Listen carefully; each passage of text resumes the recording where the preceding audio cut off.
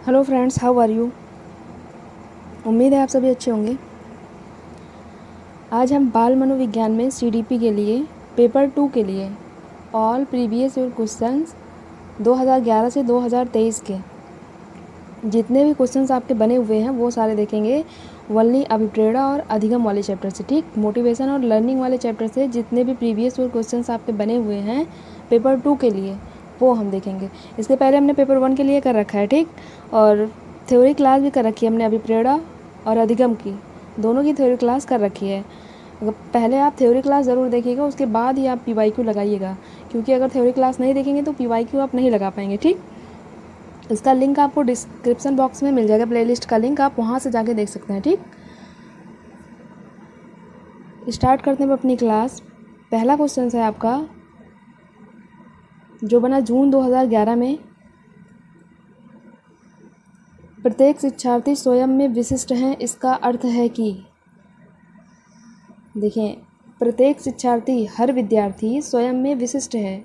स्वयं में एक विशिष्ट है ना, जैसे आप क्लास ले रहे होंगे तो आप अलग है ना, आप अपने में तो अलग है, कोई नेहा है तो वो अलग है ना, उसकी क्वालिटी अलग है। स्वयं में विशिष्ट ऐसा हो जाएगा जैसे कह देंगे हम सारे बच्चे तो उसमें सब आ जाएंगे, लेकिन अगर हम किसी एक को स्पेसिफिक कर दें, विशिष्ट कह दें कि किसी का नाम नेहा है, उसको हम कह दें तो वो एक विशिष्ट हो जाएगा, ठीक। किसी एक को कहेंगे तो वो विशिष्ट होता है। तो वही कह रहा है कि प्रत्येक शिक्षार्थी स्वयं में विशिष्ट है, इसका अर्थ है कि, ये हमको बताना है। ऑप्शंस दे रखा है। पहला ऑप्शन आपका है शिक्षार्थियों में ना तो कोई समान विशेषताएं होती हैं और ना ही उनके लक्ष्य सामान्य होते हैं। ऐसा थोड़ा ना है, कह रहा है कि शिक्षार्थियों में कोई समान विशेषताएं नहीं होती हैं और उनके समान लक्ष्य भी समान नहीं होते हैं। कह रहा है ना ही उनके समान लक्ष्य होते हैं, ठीक। तो ये तो ऑप्शन गलत है आपका। दूसरा कह रहा है कि सभी विद्यार्थियों के लिए एक समान पाठ्यचर्या संभव नहीं है।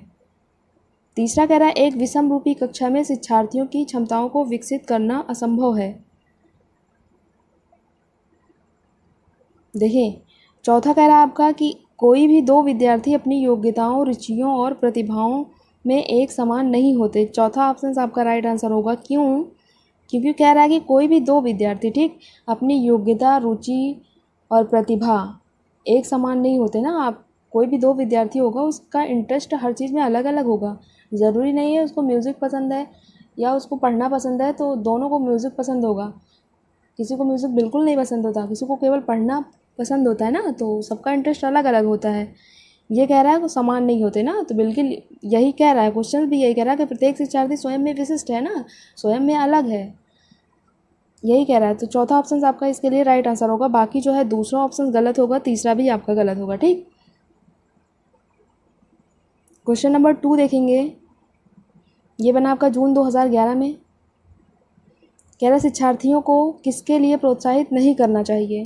कह रहा विद्यार्थियों को किसके लिए प्रोत्साहित नहीं करना चाहिए, ठीक। क्वेश्चंस को ध्यान से पढ़िए, किस प्रोत्साहित नहीं करना चाहिए, ये वर्ड आप ध्यान देखिए ना, क्योंकि एग्जाम में हम ऐसा करते हैं, नहीं वर्ड पे फोकस नहीं करते हैं और ऐसे पढ़ लेते हैं शिक्षार्थियों को किसके लिए प्रोत्साहित करना चाहिए और पॉजिटिव वाला आंसर सही लगा देते हैं और आपका 1 नंबर चला जाता है। ऐसा होता है बहुत बार। क्वेश्चंस को आप ध्यान से पढ़िए, ठीक। ऑप्शन दे रखा है, देखिए पहला ऑप्शन दे रखा है समूह कार्य में दूसरे विद्यार्थियों के साथ सक्रिय रूप से अंतःक्रिया करने, इसके लिए तो प्रोत्साहित करना चाहिए, लेकिन हमसे पूछ रहा है किसके लिए प्रोत्साहित नहीं करना चाहिए, हमको वो वाला ऑप्शन बताना है, ठीक। तो इसीलिए पहला ऑप्शन गलत हो जाएगा। दूसरा कह रहा है कि अधिक से अधिक पाठ सहगामी क्रियाओं में हिस्सा लेना भी चाहिए। अधिक से अधिक पाठ सहगामी क्रिया में तो हिस्सा लेना चाहिए ना, इससे हमारी लर्निंग भी अच्छी होगी। तो ये तो प्रोत्साहित करना चाहिए, हमसे पूछा है प्रोत्साहित नहीं करना चाहिए, इसलिए दूसरा ऑप्शन गलत होगा आपका। तीसरा कह रहा है शिक्षक जो पूछ सकते हैं उन सभी प्रश्नों के उत्तर याद करने। बिल्कुल हमने याद वर्ड पे ही आपको बताया था कि रट्टा मार जो आपकी होती है लर्निंग वो चलती नहीं है ज़्यादा, तो ये तो हमको नहीं करना चाहिए, हमसे पूछा था इसके लिए प्रोत्साहित नहीं करना चाहिए ना। तो हमको ये तीसरा ऑप्शन आप गलत है, क्योंकि पूछा ही गलत है, इसलिए गलत वाला ऑप्शन से आपका सही होगा। तो तीसरा ऑप्शन आपका राइट आंसर होगा। चौथा दे रखा है कक्षा के अंदर और बाहर अधिक से अधिक प्रश्न पूछें। बिल्कुल प्रश्न तो पूछना ही चाहिए, हमसे पूछा था तो हमको निगेटिव वाला पॉइंट बताना था ना, इसलिए तीसरा ऑप्शन आपका राइट आंसर होगा, ठीक। क्वेश्चन नंबर 3 देखेंगे। ये भी बना जून 2011 में। कह रहा निम्नलिखित में से कौन सा समझ के लिए शिक्षण को प्रदर्शित नहीं करता। कह रहा है समझ के लिए शिक्षण को प्रदर्शित नहीं करना, ये हमको बताना। नहीं वर्ड आप ध्यान दें, ये नहीं वर्ड बहुत ज़रूरी है। ऑप्शन दे रखा है नियम कैसे काम करता है इसे स्पष्ट करने हेतु उदाहरण उपलब्ध कराने के लिए विद्यार्थियों को पढ़ाना, सही है। दूसरा कह रहा है समानता और अंतर देखने के लिए सादृश्यता स्थापित करने के लिए विद्यार्थियों की सहायता करना। तीसरा कह रहा है विद्यार्थियों को एकाकी तथ्यों और प्रक्रियाओं को याद करने के योग्य बनाना। ऐसे दूसरे ऑप्शन में भी याद वाला पॉइंट पकड़े हुए थे, याद देख के ही हम निगेटिव पॉइंट बता सकते हैं। इसमें बोला ही था तो शिक्षण को प्रदर्शित नहीं करता ना, समझ के शिक्षण को कौन प्रदर्शित नहीं करता, तो यही ऑप्शन आपका राइट आंसर होगा।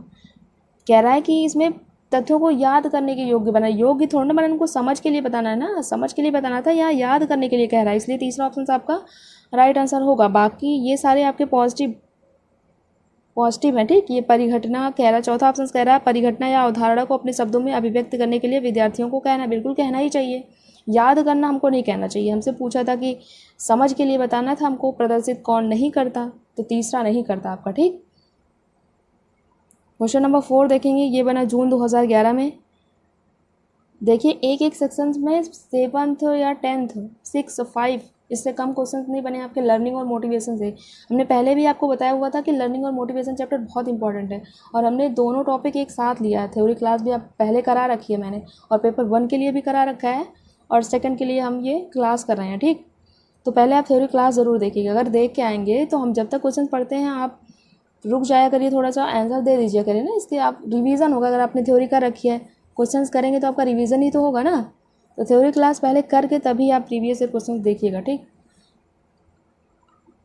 चौथा क्वेश्चन कह रहा है सीखने का वह सिद्धांत जो पूर्ण रूप से और केवल अवलोकनीय व्यवहार पर आधारित है, सीखने के सिद्धांत से संबद्ध है। देखिए आप यहाँ से भी पकड़ सकते हैं, केवल कह रहा है अवलोकनीय व्यवहार पर आधारित है सीखने का वह सिद्धांत, ठीक। ऑप्शन दे रखा है विकासवादी, व्यवहारवादी, रचनावादी, संज्ञानवादी। अगर आपको कुछ भी नहीं आ रहा है तो इसमें कह रहा है अवलोकनीय व्यवहार, तो आप व्यवहारवादी लगा दीजिए। ऑप्शन नंबर 2 आपका राइट आंसर होगा, ठीक। क्वेश्चन नंबर 5 देखेंगे, ये बना जून 2011 में, ये भी बना है। निम्नलिखित में से कौन सी विशेषता आंतरिक रूप से अभिप्रेरित बच्चों के लिए सही नहीं है। जो इंटरनली मोटिवेटेड होते हैं उनके लिए कौन सा ऑप्शन सही नहीं है, ये हमको बताना है, ठीक। विशेषता जो आंतरिक रूप से अभिप्रेरित हैं, मोटिवेशन वाले चैप्टर से ये क्वेश्चन बनाया, ठीक। कह रहा है उन्हें कार्य करने में आनंद आता है। ये तो कार्य करने में आनंद किसे आएगा, आपको सीटेट, आप इंटरनली मोटिवेटेड हैं, आपको सीटेट क्वालिफाई करना है, कोई आपको पुश नहीं किया, धक्का नहीं दिया आप सीटेट क्वालिफाई करो ज़बरदस्ती, आप खुद कर रहे हैं, पढ़ रहे हैं। अगर मन से पढ़ रहे होंगे तो पूरी क्लास आप देखेंगे, अगर आप ज़बरदस्ती आ गए हैं तो तीन चार क्वेश्चन देखेंगे उसके बाद भाग जाएंगे। पूरी तरह से आप मोटिवेटेड हैं इंटरनली तो आप पूरी क्लास देख के जाएंगे, क्योंकि सारे क्वेश्चंस आपके प्रीवियस ईयर क्वेश्चंस हैं। प्रीवियस ईयर क्वेश्चंस कितने इंपॉर्टेंट होते हैं आपको पता ही होगा, ठीक। कोई क्वेश्चंस इधर उधर से नहीं है, सारे आपके पास अगर प्रीवियस ईयर क्वेश्चन पेपर होगा तो आप वहाँ से मैच करा लीजिएगा, सारे क्वेश्चंस आपके प्रीवियस ईयर हैं, ठीक। तो इंटरनली मोटिवेटेड होगा जो, उसको पढ़ने में तो आनंद आएगा, कार्य करने में तो आनंद आएगा ही ना। तो हमको बताना क्या है, सही नहीं है हमको ये बताना है, ठीक। नहीं वर्ड ध्यान दीजिएगा आप, तो ये तो सही है, इसलिए ये वाला ऑप्शन नहीं होगा आपका। दूसरा कह रहा है वे कार्य करते समय उच्च स्तर के ऊर्जा स्तर प्रदर्शित करते हैं। बिल्कुल, जब इंटरनली मोटिवेटेड है तो वो उच्च स्तर की ऊर्जा तो प्रदर्शित करेगा ही ना, तो ये तो सही है। तो पूछा हमसे गलत है, इसलिए दूसरा ऑप्शन आपका गलत होगा। तीसरा कह रहा है कि वे चुनौती भरे कार्य को पसंद करते हैं। बिल्कुल पसंद करेंगे चुनौती भरे, क्योंकि वो मोटिवेटेड है इंटरनली, आंतरिक रूप से भी प्रेरित है ना, तो ये सही है। हमसे पूछा गलत है, इसलिए तीसरा ऑप्शन हम गलत कर रहे हैं, ठीक। चौथा कह रहा है कि वे हमेशा सफल होते हैं, तो हमेशा सफल होने के लिए पढ़ते हैं, तो ये तो बाह्य रूप से अभिप्रेरित हो जाएगा, क्योंकि हमसे पूछा इसमें इंटरनली कौन सा नहीं है, तो चौथा ऑप्शन आपका नहीं होगा, ठीक। क्वेश्चन नंबर 6 देखेंगे, ये बना आपका जून 2011 में, ये भी बना है। देखें अभी जून 2011 के ही क्वेश्चन चल रहे हैं आपके, ओनली लर्निंग और मोटिवेशन से ही हैं ये सारे क्वेश्चन। कह रहा है निम्नलिखित में से किस कथन को सीखने के लक्षण के रूप में नहीं माना जा सकता। देखो सीखने के लक्षण के रूप में नहीं माना जा सकता, ये हमको बताना, ठीक। पहला ऑप्शन दे रखा है सीखना कुछ ऐसी चीज़ है जो कुछ अनुभवों के परिणाम स्वरूप घटित होती है। हमको नहीं वाला बताना है, ये तो है, तो ये वाला गलत होगा, हमको नहीं वाला बताना है। दूसरा कह रहा है व्यवहार का अध्ययन सीखना है, ओनली व्यवहार का अध्ययन सीखना नहीं है, ठीक।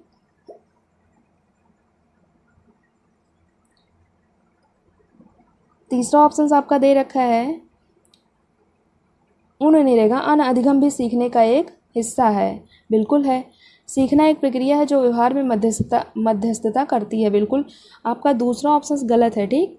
हमसे पूछा ही गलत था, जो सीखने का लक्षण नहीं है वही हमको बताना था, दूसरा नहीं है, ठीक। क्वेश्चन नंबर 7 देखेंगे, जो बना आपका जून 2011 में। कह रहा निम्नलिखित में से कौन सा कथन सीखने के विषय में सही है। कह रहा है लर्निंग के विषय में कौन सा सही है, ये हमको बताना है, ठीक। पहला ऑप्शन आपका दे रखना है, दिया है सीखना उस वातावरण में प्रभावी होता है जो संवेगात्मक रूप से सकारात्मक हो और शिक्षार्थियों को संतुष्ट करने वाला हो। बिल्कुल, सीखना उस वातावरण में प्रभावी होता है जो संवेग, आपके इमोशन से सकारात्मक हो और विद्यार्थी उसमें संतुष्ट हो, खुश हो, ठीक। पहला ऑप्शन आपका राइट है। दूसरा कह रहा है कि सीखने के किसी भी चरण पर सीखना संवेगात्मक कारकों से प्रभावित नहीं होता। बिल्कुल प्रभावित होता है संवेगात्मक कारकों से, ये तो गलत है। दूसरा दे रखा है सीखना मूल रूप से मानसिक प्रक्रिया है। मूल रूप से मानसिक प्रक्रिया नहीं है, लर्निंग कहीं भी होती है आपकी, जरूरी नहीं है मानसिक क्रिया ही है आपका लर्निंग, ठीक। इसलिए तीसरा ऑप्शन आपका गलत होगा। चौथा दे रखा है बच्चों द्वारा की गई त्रुटियां यह संकेत कराती हैं कि किसी तरह का सीखना नहीं हुआ। कह रहा है जो बच्चे होते हैं वो जो त्रुटि करते हैं, गलतियां करते हैं, जो वो कह रहा है कि संकेत कराते हैं कि किसी वो जो गलती करके सीखते हैं वो कोई सीखना नहीं हुआ। क्यों नहीं सीखना हुआ, किसी तरह आप सीखें, बस आपके व्यवहार में परिवर्तन हुआ, बस आपकी लर्निंग हो गई। त्रुटि करके सीखें, गलती करके सीखें, अब गलती करके ही तो इंसान सीखता है ना। वो कह रहा है कि गलती करके सीखता है तो वो सीखना नहीं हुआ, तो ये बात तो गलत है, इसलिए चौथा ऑप्शन आपका गलत होगा। पहला ऑप्शन ही आपका राइट आंसर होगा, ठीक। क्वेश्चन नंबर 8 देखेंगे, ये बना जून 2011 में। कह रहा शिक्षार्थी जो पहले सीख चुके हैं उसकी पुनरावृत्ति और प्रत्यय स्मरण में शिक्षार्थियों की मदद करना महत्वपूर्ण है, क्योंकि कह रहा है जो विद्यार्थी होते हैं जो पहले सीख चुके हैं, जैसे जो क्लास 1 में सीख चुके हैं वो क्लास 2 में तो मदद करेगा ना। आप +-1 2 आप सीख चुके हैं 100, ठीक है, 1 2 3 4 आप क्लास 1 में सीखते हैं, तो वो क्लास 2 में क्यों नहीं मदद करेगा। आप जब तक पढ़ेंगे तब तक मदद करेगा ना। तो वो तो कह रहा है पुनरावृत्ति और प्रत्येक शिक्षार्थियों की मदद करना महत्वपूर्ण है, तो क्यों महत्वपूर्ण है ये हमको बताना है। पहला ऑप्शन आपका दे रखा है नई जानकारी को पूर्व जानकारी से जोड़ना सीखने को समृद्ध बनाता है। बिल्कुल सीखने को समृद्ध बनाता है, नई जानकारी को पूर्व जानकारी से अगर हम रिलेट करके पढ़ाएंगे तो वो लर्निंग हमारी अच्छी होगी, ठीक। दूसरा कह रहा है पूर्व पाठों को दोहराने का यह एक प्रभावी तरीका है। दोहराने का प्रभावी तरीका नहीं है, इसलिए दूसरा ऑप्शन आपका गलत होगा। तीसरा कह रहा है कि शिक्षार्थियों की स्मृति को बढ़ाता है, स्मृति याद को बढ़ाता है, जिससे सीखना सुदृढ़ होता है। बिल्कुल, ये तो गलत है। तीसरा कह रहा है यह किसी भी कक्षा अनुदेशन के लिए एक सुविधाजनक शुरुआत है। अनुदेशन के लिए सुविधाजनक शुरुआत है, ये कोई नहीं है। पहला ऑप्शन आपका राइट आंसर है, ठीक है। अगर आप किसी चीज़ को पढ़ा रहे हैं तो क्लास 5 में बच्चा गया तो क्लास 4th में जो पढ़ा है अगर उसको रिलेट करके बताएंगे तो उसको जल्दी समझ आ जाएगा, ठीक। तो उसकी पूर्व जानकारी है उसको नई जानकारी में इंटर रिलेट करके पढ़ाएंगे, ठीक, जोड़ करके पढ़ाएंगे तो उसको जल्दी समझ में आएगा। इसलिए पहला ऑप्शन आपका यहाँ राइट आंसर होगा, ठीक। उम्मीद है आपको समझ आ रहा होगा, ठीक। हम एक एक ऑप्शन से एलिमिनेट करके आपको बताते हैं ताकि आपको समझ आ जाए।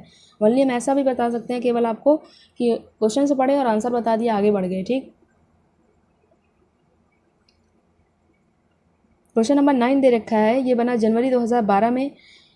ये कह रहा है अभिप्रेरणा के सिद्धांतों के अनुसार एक शिक्षक किसके द्वारा सीखने को संवर्धित कर सकता है। कह रहा है मोटिवेशन के सिद्धांतों के अनुसार शिक्षक लर्निंग को कैसे बढ़ा सकता है, संवर्धित कर सकता है।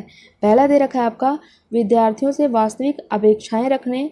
दूसरा कह रहा है अपेक्षाओं को एक रूप स्तर रखने। तीसरा कह रहा है विद्यार्थियों से किसी प्रकार की अपेक्षाएं ना रखने और विद्यार्थियों से बहुत उच्च अपेक्षाएं रखने। देखें, इसमें आपका पहला ऑप्शन आपका राइट आंसर होगा। देखें क्यों राइट होगा, विद्यार्थियों से वास्तविक अपेक्षाएं रखने। विद्यार्थियों से आप अपेक्षा में उम्मीद रखें, ठीक,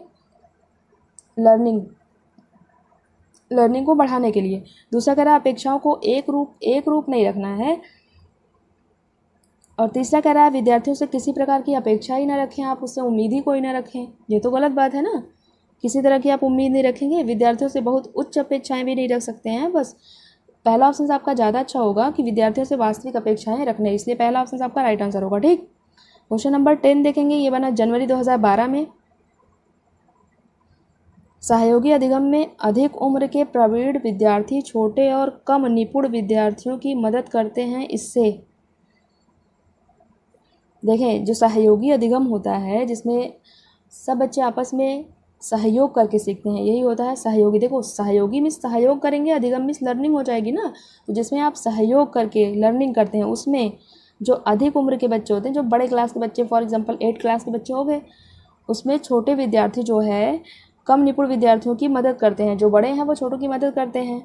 इससे क्या होगा लर्निंग में, ये हमको बताना है। पहला कह रहा है कि गहन प्रतियोगिता होगी, तो प्रतियोगिता तो नहीं होगी उसमें। ठीक, दूसरा कह रहा है उच्च नैतिक विकास होगा। तीसरा कह रहा है समूह में द्वंद्व भी नहीं होगा, उच्च उपलब्धि और आत्मसम्मान विकसित होगा। ठीक, उपलब्धि होगी आपको, अगर बड़े क्लास के बच्चे आपकी क्लास में क्लास 5 और 4 को मिक्स कर देंगे तो 5 वाले से हम सीखेंगे ना, उससे आत्मसम्मान और उपलब्धि दोनों विकसित होगी, इसलिए चौथा ऑप्शन आपका राइट आंसर होगा। ठीक, क्वेश्चन नंबर 11 देखेंगे, ये बना जनवरी 2012 में।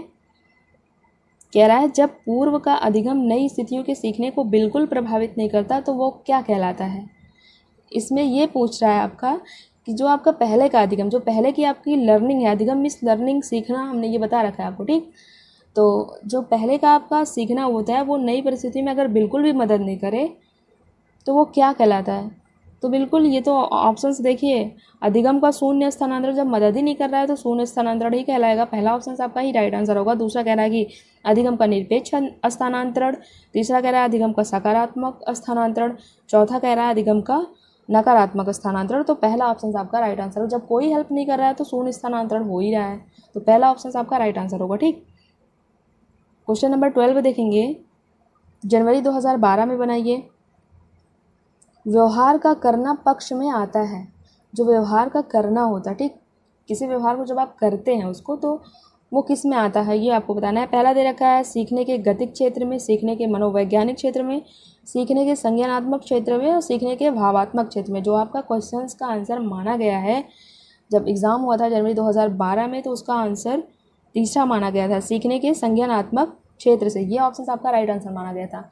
आंसर जो आपको माना गया आंसर की में वही हम बता रहे हैं, इधर उधर का नहीं बता रहे हैं। ठीक, तो तीसरा ऑप्शन आपका राइट आंसर होगा। ठीक, क्वेश्चन नंबर 13 देखेंगे, ये बना आपका जनवरी 2012 में। देखिए एक एक सेक्शंस में अभी हम क्वेश्चन नंबर 13 पहुँचे हैं, अभी केवल 2011 और 12 का ही किए हैं, तो बहुत क्वेश्चन तो बनेंगे। ऑब्वियसली हमने 90 क्वेश्चन तो लिए हैं शायद, तो क्वेश्चन आप देखिएगा। ठीक, क्लास मत छोड़ के जाइएगा, पानी वानी ले बैठिएगा। क्वेश्चन नंबर 13 आपका बना है, देखिए। एक शिक्षिका अपने शिक्षार्थियों को अनेक तरह की सामूहिक गतिविधियों में व्यस्त रखती है। शिक्षिका जो है वो शिक्षार्थियों को अलग अलग तरह की सामूहिक गतिविधि थी जिसमें सब आपस में मिल करके कार्य करते हैं, उसमें व्यस्त रखती है। जैसे समूह चर्चा, ग्रुप में आपस में सब बातें करते हैं ना, ग्रुप, ये समूह चर्चा हो गया, समूह परियोजना हो गया, भूमिका निर्वाह आदि में या सीखने के किस आयाम को उजागर करता है। शिक्षिका जो है वो समूह चर्चा करवाती है, परियोजना करवाती है, भूमिका निर्वाह या सीखने के किस आयाम को प्रभावित करती है, ये हमसे पूछा है। ठीक, पहला ऑप्शन आपका दे रखा है सामाजिक गतिविधि के रूप में अधिगम। बिल्कुल सामाजिक गतिविधि में अधिगम हो ही रहा है, तो पहला ऑप्शन से आपका राइट आंसर होगा। समाज में ना सब लोग, समूह में तो बहुत सारे बच्चे होंगे, 10 12 15 बच्चे होंगे ना, तो सामाजिक गतिविधि के रूप में आपका लर्निंग होगा, अधिगम होगा। दूसरा कह रहा है मनोरंजन द्वारा अधिगम, ये भी नहीं होगा। भाषा निर्देशित अधिगम, ये भी नहीं होगा। प्रतियोगिता आधारित अधिगम, ये भी नहीं होगा। तो पहला ऑप्शन आपका राइट आंसर होगा। ठीक, क्वेश्चन नंबर 14 देखेंगे, ये बना आपका जनवरी 2012 में। शिक्षिका को अपने शिक्षार्थियों की त्रुटियों का अध्ययन करना चाहिए क्योंकि वह प्रायः की ओर संकेत करती हैं। देखो ये क्वेश्चंस आपके बहुत बार बने हैं, अभी हम 90 क्वेश्चंस करेंगे, आप देखिएगा, काउंट कर लीजिए कि बहुत बार ये क्वेश्चंस बने हैं त्रुटि से, हर बार बने हैं त्रुटि से क्वेश्चंस। ठीक, तो कह रहा है कि शिक्षिका शिक्षार्थियों को त्रुटि का अध्ययन करना चाहिए क्योंकि प्रायः मीन्स हुआ, जो शिक्षिका होती है अगर विद्यार्थी कोई गलती करता है तो उसका अध्ययन करना चाहिए उनको, इससे उनको क्या होगा, उसको समझ में आएगा कि बच्चा कहाँ त्रुटि कर रहा है ना, उसी के अकॉर्डिंग उसको पढ़ाएंगी। तो हमको ये बताना है, देखिए ऑप्शंस दे रखा है, योग्यता के अनुसार समूह बनाने के लिए दिशा निर्देश देती हैं जो बच्चे त्रुटि करते हैं, ताकि आप उनके योग्यता के अनुसार जो बच्चे तेज़ हैं उनका ग्रुप अलग कर लें और जो बच्चे नहीं तेज़ हैं उनको अलग कर लें। इसलिए तो त्रुटि इस ओर तो संकेत करते नहीं हैं, इसलिए पहला ऑप्शन आपका गलत हो जाएगा। दूसरा कह रहा है कि भिन्न प्रकार की पाठचर्या की आवश्यकता, ये भी नहीं होगा। तीसरा कह रहा है उनके ज्ञान की सीमा, ज्ञान की सीमा, सीमा में कमी हो जाएगा, तो उनकी ज्ञान की कमी पता लगाने के लिए जो है हम कमी पता नहीं लगाते हैं उनकी त्रुटियों से। देखो बच्चे की चाहे गलती हो ना हो, लेकिन बच्चे को आपको जहाँ बच्चे के हित में बात हो वही ऑप्शन आपका राइट आंसर होता है। यहाँ कह रहा है उसके ज्ञान की सीमा, उसके ज्ञान की कमी, तो ये तो बच्चे के हित में बात है नहीं। अभी आपको कहते हैं आपके ज्ञान में कमी है, तो हम आपको किसी तरह पॉजिटिव बात तो कह नहीं रहे ना। तो बच्चे के हित में जो बात हो वो कि बच्चे के पास ज्ञान है ये कह दीजिए आप, ये ना कहिए कि बच्चे के पास ज्ञान नहीं है, तो वो ऑप्शन आपका गलत हो जाएगा। ठीक, ऑप्शंस कैसे गलत होते हैं ये हमको आपको बता रहे हैं। ठीक, तो तीसरा ऑप्शन इसलिए नहीं होगा कि उसके ज्ञान की सीमा, सीमा लिख ली, यहाँ सीमा वर्ड ना होता तो ये तो राइट हो सकता। चौथा कह रहा है कि आवश्यक उपचारात्मक युक्ति, बिल्कुल चौथा ऑप्शन आपका राइट आंसर होगा कि आवश्यक जो जरूरी होगा उसका उपचार करेंगे, त्रुटि का उपचार करेंगे ना, उसका उपचार करेंगे। चौथा ऑप्शन आपका राइट आंसर होगा। ठीक, क्वेश्चन नंबर 15 देखेंगे, ये बना आपका जनवरी 2012 में। कह रहा आंतरिक रूप से अभिप्रेरित विद्यार्थी, जो इंटरनली मोटिवेटेड हैं वो विद्यार्थी, ऑप्शंस दे रखा है, का बाह्य रूप से अभिप्रेरित विद्यार्थी की तुलना में अभिप्रेरणा स्तर कम होता है। बिल्कुल ये तो उल्टा दे रखा है, गलत है ये। कह रहा जो इंटरनली मोटिवेटेड होते हैं उनका जो है इंटरनली मोटिवेटेड है उनका बाह्य रूप से अभिप्रेरित विद्यार्थी की तुलना में स्तर कम होता नहीं है, कम नहीं होता, ज़्यादा होता है, इसलिए पहला ऑप्शन आपका गलत होगा। दूसरा कह रहा है के लिए औपचारिक शिक्षा की आवश्यकता नहीं है। तीसरा कह रहा है के लिए बाह्य पुरस्कार उसकी अभिप्रेरणा को बनाए रखने के लिए पर्याप्त नहीं है। तीसरा ऑप्शन से आपका राइट आंसर होगा। चौथा कह रहा है के लिए पुरस्कार की बिल्कुल भी आवश्यकता नहीं, यहाँ बिल्कुल वर्ड लगा दिया है इसलिए चौथा ऑप्शन आपका नहीं होगा।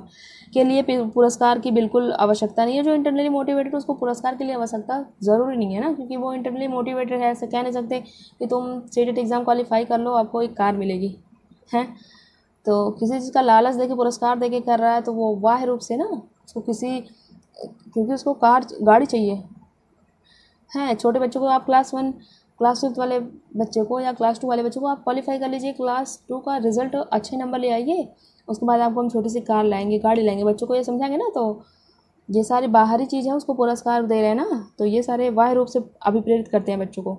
तो इंटरनली पूछा हमको, तो यहाँ तीसरा ऑप्शन कह रहा है कि बाह्य पुरस्कार, कह रहा है के लिए बाह्य पुरस्कार अभिप्रेरणा बनाए रखने के लिए पर्याप्त नहीं है। ठीक है, उसके लिए कोई पुरस्कार की ज़रूरत नहीं है जो इंटरनली मोटिवेटेड है। तीसरा ऑप्शन आपका राइट आंसर होगा। ठीक, क्वेश्चन नंबर 16 देखेंगे, ये बना आपका जनवरी 2012 में। उपलब्धि अभिप्रेरणा है, ये आपको बताना है उपलब्धि अभिप्रेरणा क्या है। पहला ऑप्शन दे रखा है सफलता व असफलता को समान रूप से स्वीकारने की तत्परता, बिना विचारे जल्दबाजी में कार्य करने की प्रवृत्ति, चुनौतीपूर्ण कार्य करने में डटे रहने की प्रवृत्ति, असफलता से बचने की प्रवृत्ति। ऑप्शंस आप पढ़े होंगे तो बिल्कुल उपलब्धि क्या होती है, अचीवमेंट, किसी चीज़ को आप पा लिए, तो ये हो जाएगा चुनौतीपूर्ण कार्य करने में डटे रहने की प्रवृत्ति। उपलब्धि आप किसी चीज़ को पा लिए, मोटिवेटेड है, अचीवमेंट तो मोटिवेशन हो जाएगा ना। तो यह असफलता और समान स्वीकारने की तत्परता, असफलता को समान रूप से, तो ये तो इसलिए गलत हो जाएगा। बिना विचारे जल्दबाजी में ये कार्य करेगा ही नहीं, असफलता से बचने की प्रवृत्ति भी नहीं होगा। तीसरा ऑप्शन आपका राइट आंसर होगा। ठीक, क्वेश्चन नंबर 17 देखेंगे, ये बना आपका जनवरी 2012 में। एक महिला ने भोजन प्राप्त करने के लिए अपने बच्चे को बेच दिया, इस खबर को के आधार पर अच्छी तरह समझाया जा सकता है। या आपने मोटिवेशन वाली थ्योरी क्लास में आपने पढ़ा होगा, हमने पढ़ा था क्या, मैस्लो का आवश्यकता अनुक्रम का सिद्धांत पढ़ा हुआ था हमने। थ्योरी क्लास अगर आपने देखी होगी तो इसका आंसर आपने कर दिया होगा अब तक। कि महिला जो है भोजन के लिए शारीरिक आवश्यकता है उसकी भोजन, ये पहला हमने स्टेप पढ़ा हुआ था मैस्लो के सिद्धांत में। आवश्यकता अनुक्रम का सिद्धांत हमने पढ़ा हुआ था ना, वहाँ शारीरिक आवश्यकता होती है उसकी भोजन, तो भोजन के लिए उसने बच्चे को बेच दिया, तो उसकी शारीरिक आवश्यकता के लिए ना, भोजन के लिए बच्चे को बेचा है। तो यह कौन सा सिद्धांत है ये हमको बताना था मल्ली। तो पहला दे रखा मनोसामाजिक सिद्धांत, ये तो नहीं है। दूसरा दे रखा है पुनर्बलित आकस्मिकताओं का सिद्धांत, ये भी नहीं है। मनोविश्लेषणात्मक सिद्धांत, ये भी नहीं है। चौथा ऑप्शन पदानुक्रमिक आवश्यकताओं का सिद्धांत, ये हमने पढ़ा हुआ है मोटिवेशन वाली थ्योरी क्लास में। ठीक, चौथा ऑप्शन आपका राइट आंसर होगा। क्वेश्चन नंबर 18 देखेंगे, ये बना आपका नवंबर 2012 में।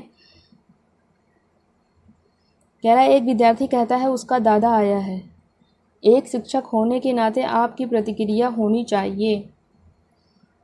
क्या होनी चाहिए आपकी प्रतिक्रिया? देखें ऑप्शंस। पहला कह रहा है दादा आया है की जगह पर दादी जी आए हैं कहना चाहिए। अच्छा, दादा आए हैं तो आप उसको दादी बना देंगे हैं, मेल से आप फीमेल बना देंगे।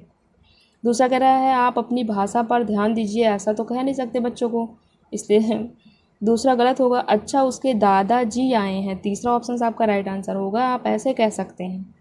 ये पहला गलत होगा, दूसरा गलत होगा। बच्चे आप सही वाक्य नहीं बोल सकते, ऐसा हम बच्चे को नहीं कह सकते। ठीक, वैसे भी हमने कहा है कि बच्चे के हित में तो बात है नहीं, तो हम इसको जो कह रहा है, ये कह रहा है कि उसका दादा आया है, इसकी जगह कह सकते हैं अच्छा उसके दादा आए हैं।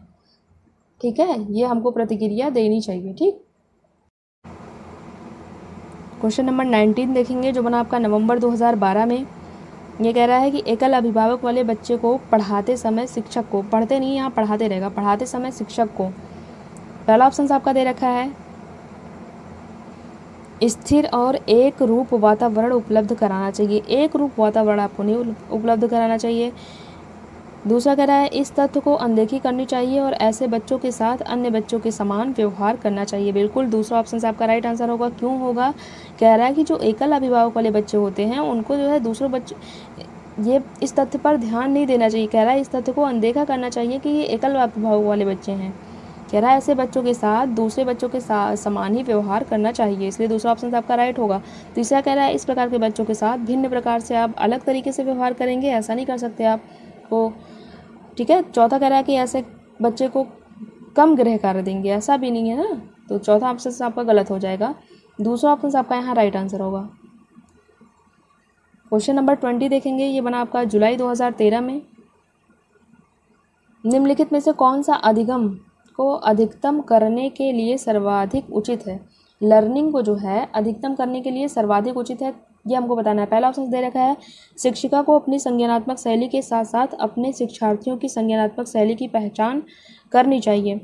दूसरा कह रहा है शिक्षार्थियों में व्यक्तिगत भिन्नता को सहज बनाने के लिए समान विद्यार्थियों के युग्म बनाए जा सकते हैं। समान युग्म हमको नहीं बनाना है।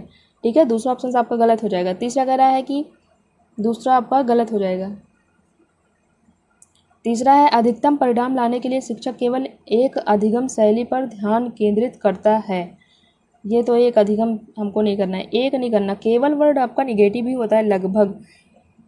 ऑप्शन नंबर 4 दे रखा है समान सांस्कृतिक पृष्ठभूमि वाले शिक्षार्थियों को एक कक्षा में रखना चाहिए ताकि मत वैभिन्न से बचा जा सके। कह रहा है कि समान जो सांस्कृतिक पृष्ठभूमि वाले बच्चों को एक कक्षा में रखा जाना चाहिए,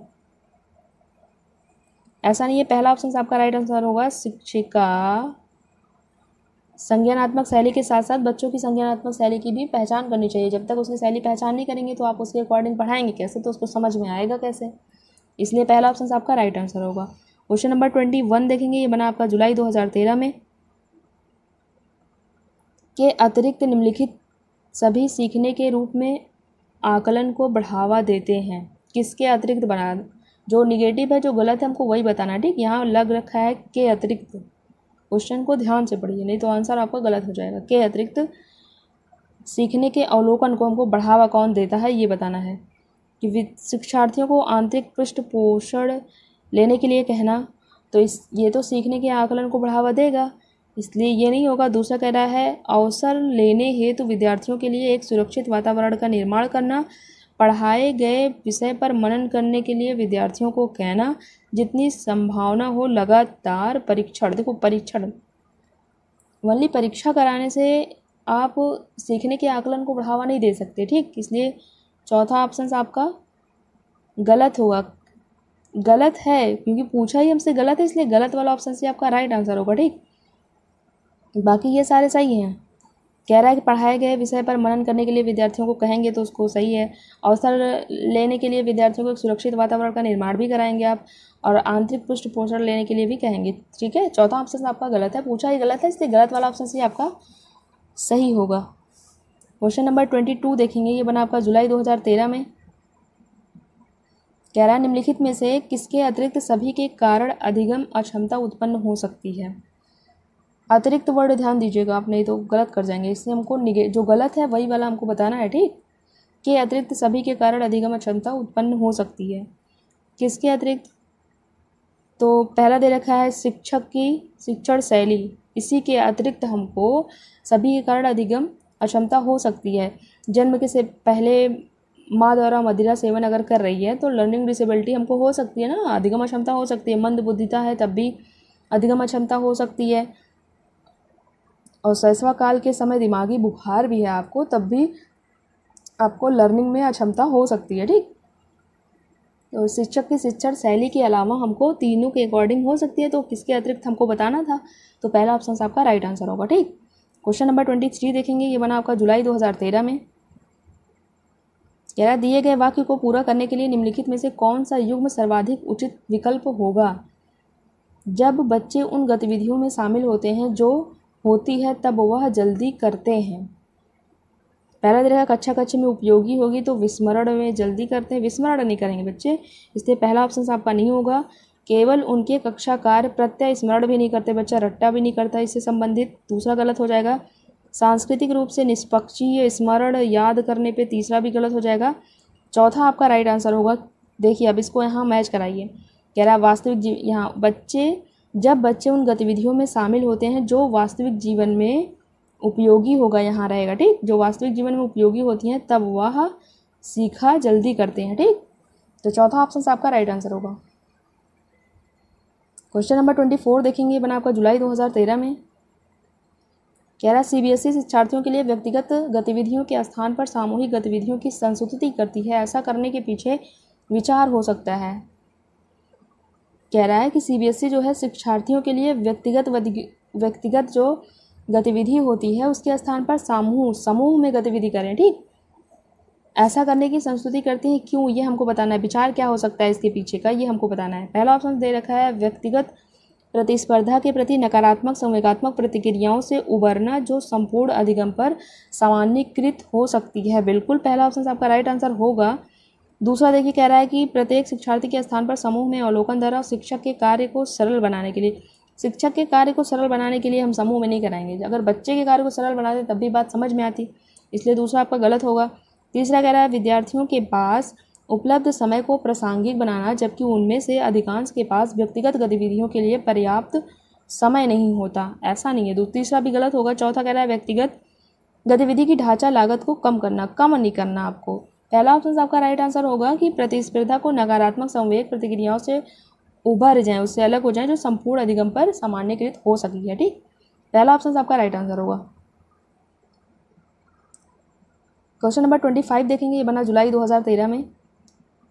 कह रहा है शिक्षार्थी फैशन शो को देखकर मॉडल का अनुकरण करने की कोशिश करते हैं, इस प्रकार के अनुकरण को कहा जा सकता है। विद्यार्थी हैं जो किसी को देखकर फैशन शो को मॉडल किसी चीज़ को देखकर उसका नकल करते हैं। ठीक, कोई मेकअप लगाया वो उसको नहीं आता, बस देख के नकल मार लिया, तो उसको हम क्या कहेंगे, सामाजिक अधिगम ही तो कहेंगे, तीसरा ऑप्शन से कहेंगे। ठीक, प्राथमिक अनुकरण तो कहेंगे नहीं, इसके पहले भी वो अनुकरण कर रखा होगा, इसके प्राथमिक अनुकरण तो कह नहीं सकते, गौड़ भी नहीं कर सकते, तो सामान्यकरण भी नहीं होगा, इसलिए सामाजिक अधिगम तीसरा ऑप्शन आपका राइट आंसर होगा। ठीक, क्वेश्चन नंबर 26 से देखेंगे, ये बना आपका जुलाई 2013 में।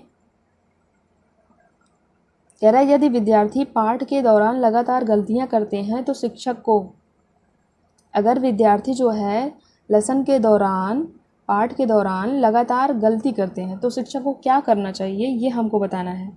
पहला ऑप्शन है अनुदेशन कार्य समय सारणी बैठने की व्यवस्था में परिवर्तन करना चाहिए। बैठने की अगर आप परिवर्तन कर देंगे तो ज़रूरी नहीं है कि उसकी गलतियाँ ठीक हो जाएं। दूसरा कह रहा है पाठ को कुछ समय के लिए छोड़ देना चाहिए और कुछ समय बाद वापस आ जाना चाहिए, ऐसा करने से भी उसकी गलतियाँ ठीक तो नहीं होंगी ना। कुछ देर आप ठहर जाएंगे उसके बाद। तीसरा कह रहा है गलतियां करने वाले शिक्षार्थी की पहचान करनी चाहिए और उनके बारे में प्राचार्य से बात करना चाहिए। चलो फिर भी ठीक है तीसरा। चौथा कह रहा है गलतियां करने वाले शिक्षार्थियों को कक्षा कक्ष से बाहर नहीं खड़ा करना है। बिल्कुल चौथा गलत हो जाएगा। तीसरा ऑप्शन आपका यहाँ राइट आंसर होगा। ठीक, क्वेश्चन नंबर 27 देखेंगे, ये बना आपका जुलाई 2013 में। कह रहा है अधिगम अक्षमता। अधिगम अक्षमताएं क्या है ये हमको बताना है। पहला ऑप्शन दे रखा है सामान्य या उससे अधिक बुद्धि लब्धांक वाले बच्चों में पाई जाती है, समय व हस्तक्षेप के स्वरूप की उपेक्षा करते हुए भी अपरिवर्तनशील नहीं होती, वस्तु परक तथ्य है तथा संस्कृति में इसकी कोई भूमिका नहीं है, पठन क्षमता के पर्याय हैं। ये सारे तो एकदम गलत हैं। पहला कह रहा सामान्य या उससे अधिक बुद्धि लब्धांक वाले बच्चों में पाई जाती है, ये अपरिवर्तनशील नहीं होती है, ये तो गलत है। पहला ऑप्शन से आपका राइट आंसर होगा। ठीक, क्वेश्चन नंबर 28 देखेंगे, ये बना जुलाई 2013 में। बहुत क्वेश्चन हैं अभी। देखिए यहाँ समाचार समाधान लिख दिया है। समाचार न्यूज़ में नहीं जाना आपको, यहाँ समस्या रहेगा। ठीक है, यहाँ समस्या आप बना लीजिएगा ऐसे करके। ठीक, समस्या रहेगा वहाँ। देखिए क्वेश्चन क्या है, समस्या समाधान प्रायः उन विद्यालयों में सफल है जहाँ, कहाँ सफल है ये हमको बताना है। पहला दे रखा है केवल उच्च स्तरीय शैक्षिक उपलब्धि पर ही बल दिया जाता है। यहाँ समस्या समाधान उपलब्ध हो मतलब सफल होगा जहाँ केवल उच्च स्तरीय शैक्षिक उपलब्धि पर ही बल दिया जाता है, यहाँ तो सफल होगा नहीं, केवल लग रखा है। वैसे ही पहला ऑप्शन आपका गलत होगा। दूसरा कह रहा है अध्यापक केंद्रित, अध्यापक नहीं बालक केंद्रित होता तब भी मान लेते हैं, दूसरा गलत हो जाएगा। तीसरा कह रहा है लचीली पाठचर्या, बिल्कुल तीसरा ऑप्शन आपका राइट आंसर है। ये सारे पॉजिटिव वर्ड हैं, लचीली पाठचर्या ऐसे आप देख सकते हैं अगर आपको नहीं समझ में आ रहा है। फिर उसके बाद आप क्वेश्चन लगाएंगे ना, आपको समझ आएगा हाँ हम कुछ बता रहे थे। तीसरा ऑप्शन आपका राइट आंसर होगा। चौथा कह रहा है कक्षाओं में छात्रों का समसामूहिकरण, ये गलत होगा। एक ही ऑप्शन आपका राइट आंसर होगा, इसलिए तीसरा सही हो गया तो चौथा तो सही होगा नहीं, इसलिए तीसरा ऑप्शन आपका राइट आंसर होगा। ठीक, लचीली अगर पाठचर्या है, लचीली मीन्स होता है बच्चों के अकॉर्डिंग होगी, लचीला होगा, सरल से जटिल होगा। ठीक है, बच्चों के समझ में आएगा वो सारी लचीली पाठचर्या होगी, तब जो है समस्या समाधान में विद्यालय में बिल्कुल सफल हो जाएगी वहाँ। 29 देखेंगे, ये बना आपका फरवरी 2014 में। कह रहा है भारत सरकार ने प्राथमिक विद्यालयों के लिए मध्य भोजन योजना प्रारंभ की है, निम्नलिखित में से कौन सा अभिप्रेरणात्मक सिद्धांत इस योजना का समर्थन करता है। तो मध्य भोजन की योजना प्रारंभ की है, भोजन की योजना प्रारंभ की है, तो ये पहला ऑप्शन दे रखा है संज्ञानात्मक मानवीय समाज संस्कृति, तो ये तीसरा ऑप्शन आपका राइट व्यवहारवादी होगा। ठीक, क्वेश्चन नंबर 30 देखेंगे, ये बना आपका फरवरी 2014 में। ये भी बना, कह रहा है बच्चों के व्यवहार को समझने के लिए विद्यार्थियों के घर के वातावरण का महत्वपूर्ण स्थान है, बिल्कुल महत्वपूर्ण स्थान है, तथा इससे प्राप्त सूचना को प्रभावशाली शिक्षा शास्त्र के निर्माण से जोड़ा जा सकता है। यह तथ्य अधिगम के किस सिद्धांत से संबद्ध है ये बताना है आपको। कह रहा है बच्चों के व्यवहार को समझने के लिए विद्यार्थियों के घर के वातावरण का बहुत महत्वपूर्ण तो स्थान है। तो है ना, बच्चा पहली बार तो घर के वातावरण से ही सीखता है। हमने सोशलाइजेशन चैप्टर पढ़ रखा है, तो वहाँ हमने पढ़ा हुआ था कि बच्चा पहले तो परिवार में ही सीखता है ना। इस सूचना को प्रभावशाली शिक्षा शास्त्र से जोड़ा जा सकता है। यह तथ्य अधिगम के किस सिद्धांत से संबद्ध है। पहला दे रखा आपका रचनावादी, रचनावादी पहला ऑप्शन से आपका राइट आंसर होगा, सामाजिक रचनावादी। दूसरा देखा है व्यवहारवादी, तीसरा देखा है पारिस्थितिकी। ठीक है, पहला ऑप्शन आपका राइट आंसर होगा। क्वेश्चन नंबर 31 देखेंगे, ये बना आपका फरवरी 2014 में। कह रहा है कक्षा में ध्यान न देने वाले बच्चों से व्यवहार करने के लिए कौन सा उपाय सर्वाधिक लाभकारी हो सकता है। जो बच्चे कक्षा में ध्यान नहीं देते उनके व्यवहार करने के लिए कौन सा, उनके लिए कैसा व्यवहार किया जाए, कौन सा व्यवहार लाभकारी होगा ये हमको बताना है। ठीक है, पहला ऑप्शन आपका दे रखा है ध्यान केंद्रित करने के लिए कार्य करते हुए बच्चे को खड़े रहने की अनुमति देना। बच्चा कार्य भी कर रहा है उसको खड़े रहने की अनुमति दे देंगे आप। दूसरा कह रहा है बच्चों के ज्ञान को स्फूर्ति युक्त बनाने के लिए बीच बीच में उसे अवकाश देना। स्फूर्ति युक्त नहीं बनाना, हमको स्फूर्ति बनाना है, युक्त लगा लिया। बीच बीच में अवकाश देंगे तो जो है उसका ऐसा नहीं है।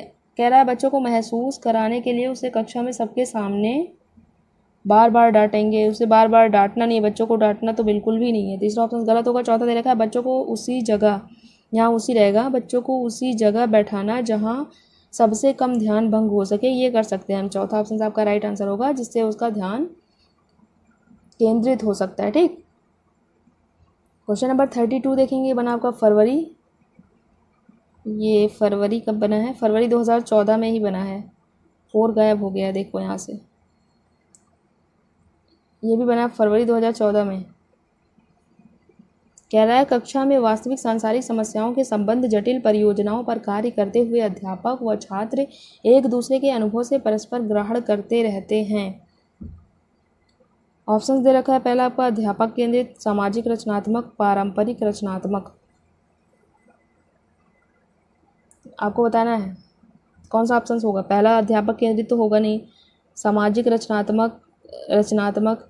आप बताइए दूसरा ऑप्शन होगा या चौथा ऑप्शन होगा, कमेंट करके आप बताइए। ठीक, इसका आंसर हम नहीं बताएंगे, कुछ आप भी करिए, सारा हम ही आंसर बता देते हैं। क्वेश्चन नंबर 33 देखेंगे, बना सितंबर 2014 में। ये कह रहा है आपका, शिक्षार्थी तब तक नहीं सीख सकते जब तक। शिक्षार्थी विद्यार्थी कब तक नहीं सीख सकते। ऑप्शंस देखिए पहले। कह रहा है, उन्हें शिक्षा के सामाजिक उद्देश्यों की आवश्यकताओं के अनुरूप न पढ़ाया जाए तब तक वो नहीं सीख सकते, ऐसा तो कुछ भी नहीं है।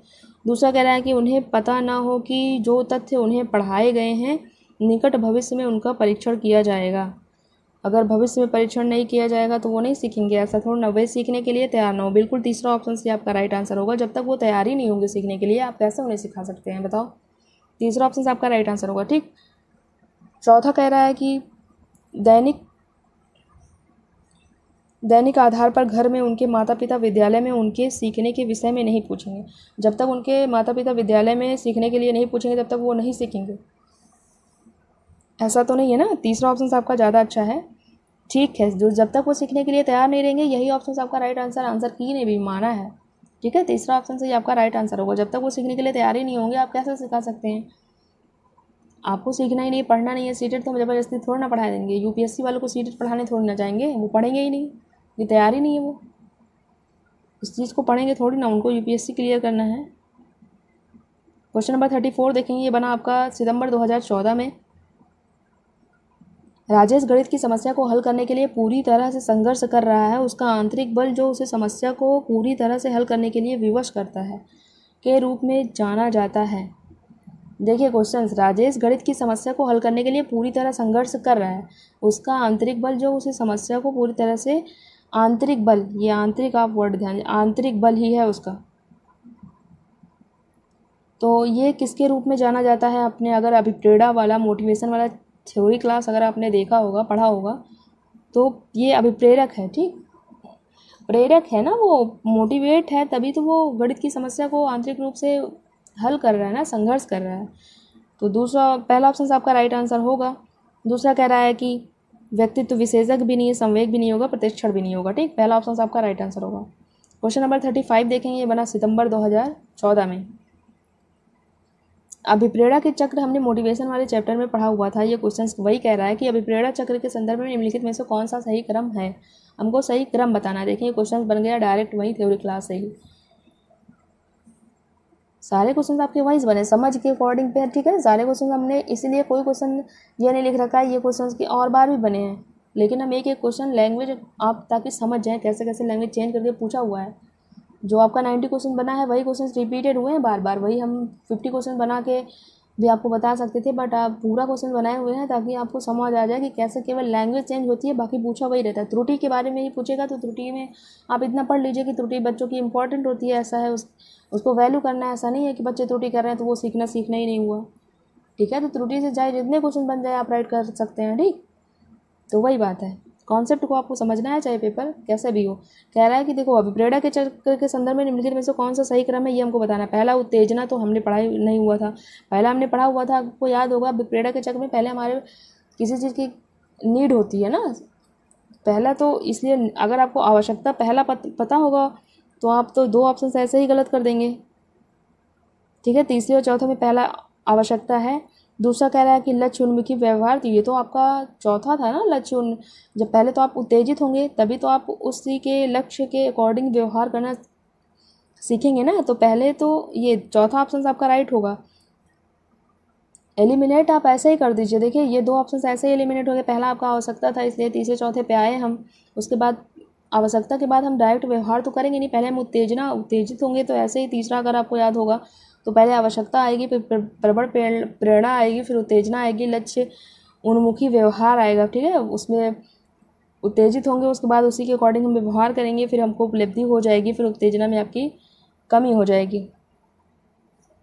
आप किसी चीज़ को पास कर लिए ना, हमने ये पढ़ा हुआ था। देखो अभी हम आपको दिखाते हैं ये अभिप्रेरणा के चक्र, साइकिल ऑफ मोटिवेशन, ये हमने पढ़ा हुआ था थ्योरी वाली क्लास में कि पहले आप किसी सीटेड क्वालिफाई आपको करना है, सपोज दैट, तो नीड है आपको, ज़रूरत है उसके, या आप ड्राइव कर रहे होंगे किसी चीज़, आप कर रहे होंगे, आपकी फैमिली कर रही होगी, ठीक, उसमें उसके बाद आप उस चीज़ के लिए स्टेटेड क्वालिफाई करने के लिए आप उत्तेजित हो गए, किसी बात आपको पिन कर गई, प्रणोद, ठीक, ये होता है प्रणोद, पिन कर गई, उसी के अकॉर्डिंग आपको, हाँ नहीं हमको, अब आप उत्तेजित हो गए, हमको सीटेड क्वालिफाई करना है, ठीक, उत्तेजित हुए, उसके बाद आप लक्ष्य निर्देशित व्यवहार करेंगे, उसी के अकॉर्डिंग आप उसी सीटेड क्वालिफाई करने के लिए आप थ्योरी क्लास देखेंगे, प्रीवियस ईयर देखेंगे, लगाएंगे उसको, ठीक, मॉक टेस्ट देंगे आप, उसके बाद आपको सीटेड क्वालिफाई हो जाएगा। जब क्वालिफाई हो जाएगा तो आप उत्तेजना में कमी हो जाएगी ना, दोबारा सीटेड क्वालिफाई करने थोड़ा नहीं जाएंगे, दोबारा आप नौकरी के लिए, फिर आपकी नीड आएगी उसके लिए, फिर आप उत्तेजित होंगे, उसके लिए आप लक्ष्य उन्मुखी व्यवहार करेंगे, फिर आपको जॉब भी मिल जाएगी, तो दोबारा तो जॉब के लिए आप पढ़ेंगे नहीं ना। ऐसे ऐसे हर चीज़ की नीड होती है आपकी, फिर उसी डायरेक्शन में आप व्यवहार करना स्टार्ट कर देते हैं, ठीक। तो यहाँ आपका क्वेश्चन, यहाँ ऑप्शन नंबर 4 होगा, ठीक, इसका ऑप्शन नंबर 4 होगा।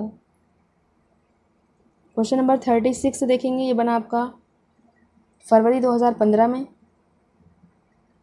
आपकी कक्षा में कुछ बच्चे जो गलतियां करते हैं, इस परिस्थिति का आपके विश्लेषण के अनुसार इनमें से कौन सा कथन सर्वाधिक उपयुक्त है। ये गलतियां से, त्रुटि से क्वेश्चन बना है। अब चाहे त्रुटि लिखे, चाहे गलती लिखे, चाहे कुछ भी लिखे, तो जो बच्चे आपकी कक्षा में गलती करते हैं, तो इसके आपके विश्लेषण के अनुसार इनमें कौन सा कथन सर्वाधिक उपयुक्त है, ये आपको बताना है। पहला दे रखा है बच्चों का बुद्धि स्तर निम्न है, ऐसा हम कह नहीं सकते, ये तो बच्चों के हित में भी बात नहीं है।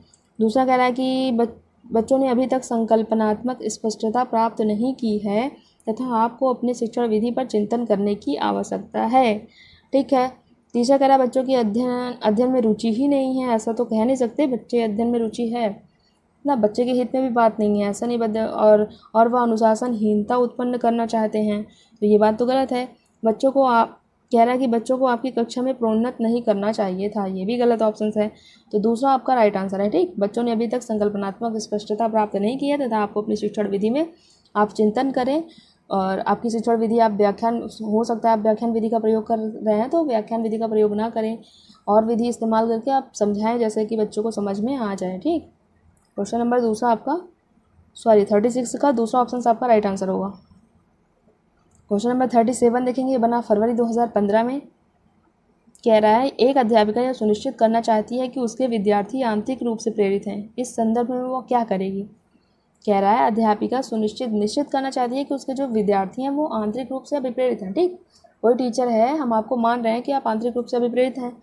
क्यों अभिप्रेरित हैं? क्योंकि आप क्लास देख रहे हैं ना, सारी क्लास देख रहे हैं, प्रीवियस ईयर लगा रहे हैं, आप मोटिवेटेड हैं, ठीक। तो ऑप्शन दे रखा है कि वह क्या करेगी, हमको बताना है। सभी बच्चों के लिए उपलब्धि के एक समान मानकों का उल्लेखित, देखो एक समान तो वर्ड बिल्कुल, ये दूसरा गलत, पहला गलत हो जाएगा। दूसरा कह रहा है इस प्रकार की अधिगम गतिविधियों की योजना बनाना जो अभिसारी चिंतन को प्रोत्साहित करे।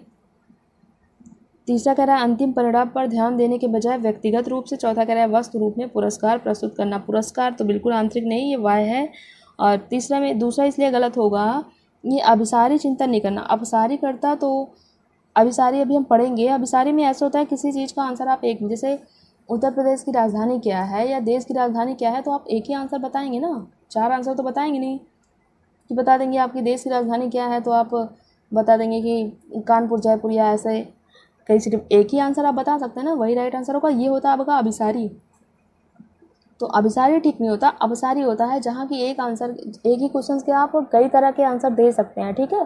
कोई क्वेश्चन पूछा गया कि आप जो है एग्ज़ाम क्वालिफाई करने के लिए कैसे तैयारी करते हैं, तो हर बच्चा अलग अलग तरीके से बताएगा ना, उसका ढेर सारे आंसर होंगे, ऐसा नहीं कोई फिक्स आंसर एक ही दे देगा, ठीक। तो इसलिए अभिसारी चिंतन को प्रोत्साहन नहीं देना हमको, ठीक है, इसलिए दूसरा आपका गलत होगा। राइट आंसर होगा आपका तीसरा, तीसरा कह रहा है कि अंतिम परिणाम पर ध्यान देने के बजाय व्यक्तिगत रूप से, ठीक है, अंतिम परिणाम पर ध्यान न दें कि जैसे रिजल्ट आ गया कि बच्चा एक बार फेल हो गया तो ज़रूरी नहीं है कि वो पास आउट ही नहीं होगा, तो अंतिम परिणाम पर ध्यान न दें, व्यक्तिगत रूप से उसको समझाएं, ठीक है, व्यक्तिगत रूप से। तीसरा ऑप्शन आपका राइट आंसर होगा, ठीक, तीसरा ऑप्शन राइट आंसर होगा। क्वेश्चन नंबर 38 देखेंगे, ये बना फरवरी 2015 में। निम्नलिखित में से कौन सा कथन सबसे बेहतर ढंग से वर्णन करता है कि कक्षा में बच्चों को प्रश्न पूछने के लिए क्यों प्रोत्साहित करना चाहिए?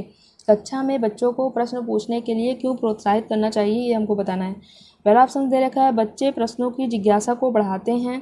दूसरा, जिन चीज़ों के बारे में बच्चे नहीं जानते हैं उनके बारे में विचार करवा कर उन्हें यह महसूस करवाया जा सकता है कि उनमें बुद्धि की कमी है। बुद्धि की कमी बच्चों में नहीं होती, इसलिए दूसरा गलत होगा।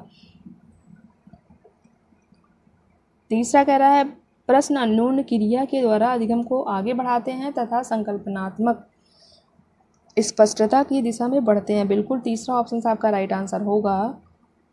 चौथा कह रहा है, बच्चों को अपने भाग कौशलों के अभ्यास की आवश्यकता है। चौथा भी गलत है, पहला भी। प्रश्न को केवल जिज्ञासा को बढ़ाते हैं, ऐसा नहीं है। प्रश्न जो है अन्योन्य क्रिया होती है, अधिगम के द्वारा अधिगम को आगे बढ़ाते हैं। अन्योन्य की प्रश्न अन्योन्य क्रिया के द्वारा अधिगम को आगे बढ़ाते हैं। जैसे आपने थ्योरी क्लास की है तो आप क्वेश्चंस को देख रहे हैं तो ये आपकी लर्निंग को तो आगे बढ़ा रहे हैं ना, लर्निंग के आपको, और संकलनात्मक स्पष्टता में भी बढ़ते हैं, आपके कॉन्सेप्ट भी क्लियर होते हैं, ठीक। तीसरा ऑप्शन आपका राइट आंसर होगा। क्वेश्चन नंबर 39 देखेंगे, ये बना फरवरी 2015 में। कह रहा है, निम्नलिखित कथनों में से आप किससे सहमत हैं? आप किससे सहमत हैं ये आपको बताना है। देखिए, एक बच्चा अनुत्तीर्ण हो रहा है क्योंकि सरकार विद्यालयों में पर्याप्त प्रौद्योगिकीकरण संसाधन प्रदान नहीं कर रही है, इसलिए बच्चा इसलिए अनुत्तीर्ण होता है क्योंकि सरकार ऐसा नहीं है ना, ऐसा नहीं है। दूसरा कह रहा है कि एक बच्चे की असफलता मुख्य रूप से माता पिता की शिक्षा और आर्थिक स्तर की कमी के कारण है। आर्थिक स्तर की कमी के कारण, ऐसा नहीं करेंगे, जो आर्थिक स्तर की कमी भी होते हैं वो टॉप कर जाते हैं, ऐसा नहीं है। तीसरा कह रहा है कि एक बच्चे की सफलता के लिए घटकों को प्रत्यक्ष रूप से जिम्मेदार ठहराया जा सकता है, जिसे उसने अपने माता पिता से अर्जित किया है, इसे जिम्मेदार उसे ठहराया नहीं जा सकता। चौथा कह रहा है, एक बच्चे की सफलता व्यवस्था तथा बच्चों की प्रतिक्रिया करने में इसकी असमर्थता का एक प्रतिबिंब है। चौथा ही आपका राइट आंसर है, ठीक। क्वेश्चन नंबर 40 देखेंगे, ये बना आपका सितंबर 2015 में। ये कह रहा है, आपकी कक्षा के बच्चों को उसकी जो है यहाँ उसकी अपनी अवधारणाओं को बदलने में आप किस प्रकार सहायता करेंगे? पहला तरीका, बच्चों को सूचनाएं लिखाकर याद वर्ड देखिए तो पहले तुरंत गलत मारिए, पहला ऑप्शन गलत हो जाएगा। दूसरा, यदि बच्चे की अवधारणाएं गलत हों तो उन्हें दंड वर्ड भी देखिए तो दूसरा बिल्कुल गलत। तीसरा कह रहा है, वनली जानकारी देकर तो भी नहीं कर सकते, तीसरा भी गलत हो गया। तो अब चौथा तो सही ही होगा ना, अवसर वर्ड बहुत पॉजिटिव होता है। अवधारणा के बारे में बच्चों को अपनी समझ को व्यक्त करने का अवसर देंगे, चौथा आपका राइट आंसर होगा, ठीक। ये तीसरा कैसे कैसे गलत हुआ आपको समझ आएगा, इसमें याद, इसमें दंड, इसमें तथ्यात्मक जानकारी देकर। क्वेश्चन नंबर 41 देखेंगे, बना सितंबर 2015 में। किसी कक्षा में शिक्षक की क्या भूमिका होती है ये आपको बताना है। ऑप्शंस है, समय सारणी का कठोरता से पालन करना और पाठ्यक्रम से बंधे रहना। कठोरता से आप पालन करेंगे, ये शिक्षक की भूमिका होती है, और पाठ्यक्रम से बंधे रहना। दूसरा कह रहा है, सीखने की विश्वसनीय स्थितियाँ जुटाना, शिक्षार्थियों को स्वतंत्र चिंतन की सुविधा देना। शिक्षार्थियों को देखो चिंतन की सुविधा दे रहा है, इसलिए दूसरा ऑप्शन राइट आंसर हुआ है। तीसरा कह रहा है, अपने ज्ञान से शिक्षार्थियों को परिपूर्ण करना और उन्हें परीक्षा के लिए तैयार करना। वनली परीक्षा के लिए तैयार करना, इसलिए तीसरा गलत हो जाएगा। चौथा कह रहा है, सीधे तरीके से ज्ञान पहुंचाना और शिक्षार्थियों को सही उत्तर के लिए तैयार। देखिए, क्वेश्चन नंबर 42 ये बना आपका सितंबर 2015 में। कह रहा है, निम्नलिखित में से कौन सा कथन बच्चों की त्रुटियों के संबंध में सबसे उपयुक्त है? जो बच्चे गलतियां करते हैं इसके संबंध में कौन सा कथन सबसे अच्छा है ये आपको बताना है। पहला ऑप्शन दे रखा है, गलतियों से बचने के लिए बच्चों को शिक्षक का अनुकरण करना चाहिए। बच्चे गलतियों से बचें ताकि वो शिक्षक का अनुकरण, जो शिक्षक कर रहे हैं उसका आप नकल करें, ठीक है। जैसे जैसे वो कर रहे हैं वैसे वैसे बच्चा भी करेगा तो उसकी त्रुटियाँ ठीक हो जाएगी, ऐसा तो नहीं है ना, इसलिए पहला ऑप्शन आपका गलत हो जाएगा। दूसरा कह रहा है कि बच्चों की गलतियों को गंभीरता से लिया जाना चाहिए और उन्हें कठोर दंड दिया जाना चाहिए। कठोर दंड बच्चे को देना नहीं है, इसलिए दूसरा गलत हो जाएगा। तीसरा कह रहा है, बच्चे गलतियां करते हैं क्योंकि उनमें विचार करने की क्षमता ही नहीं होती है, ऐसा तो गलत है। प्याजे कहते हैं कि बच्चा नन्हा वैज्ञानिक है और यहाँ कह रहे हैं कि बच्चे विचार करने की क्षमता ही नहीं होती, बताओ। तीसरा ऑप्शन आपका गलत होगा, ठीक। चौथा कह रहा है कि बच्चों को गलतियाँ एक खिड़की के समान, बच्चों की रहेगा यहाँ, बच्चों की गलतियाँ एक खिड़की के समान होती हैं यहाँ जानने के लिए कि वह किस प्रकार से सोचते हैं। बिल्कुल, यह गलतियाँ, हम गलतियाँ इसलिए जानते हैं कि ताकि जाने कि बच्चा कैसे सोचता है, उसी के अकॉर्डिंग उसको बताएंगे। चौथा ऑप्शन आपका राइट आंसर होगा। क्वेश्चन नंबर 43 देखेंगे, ये बना आपका सितंबर 2015 में।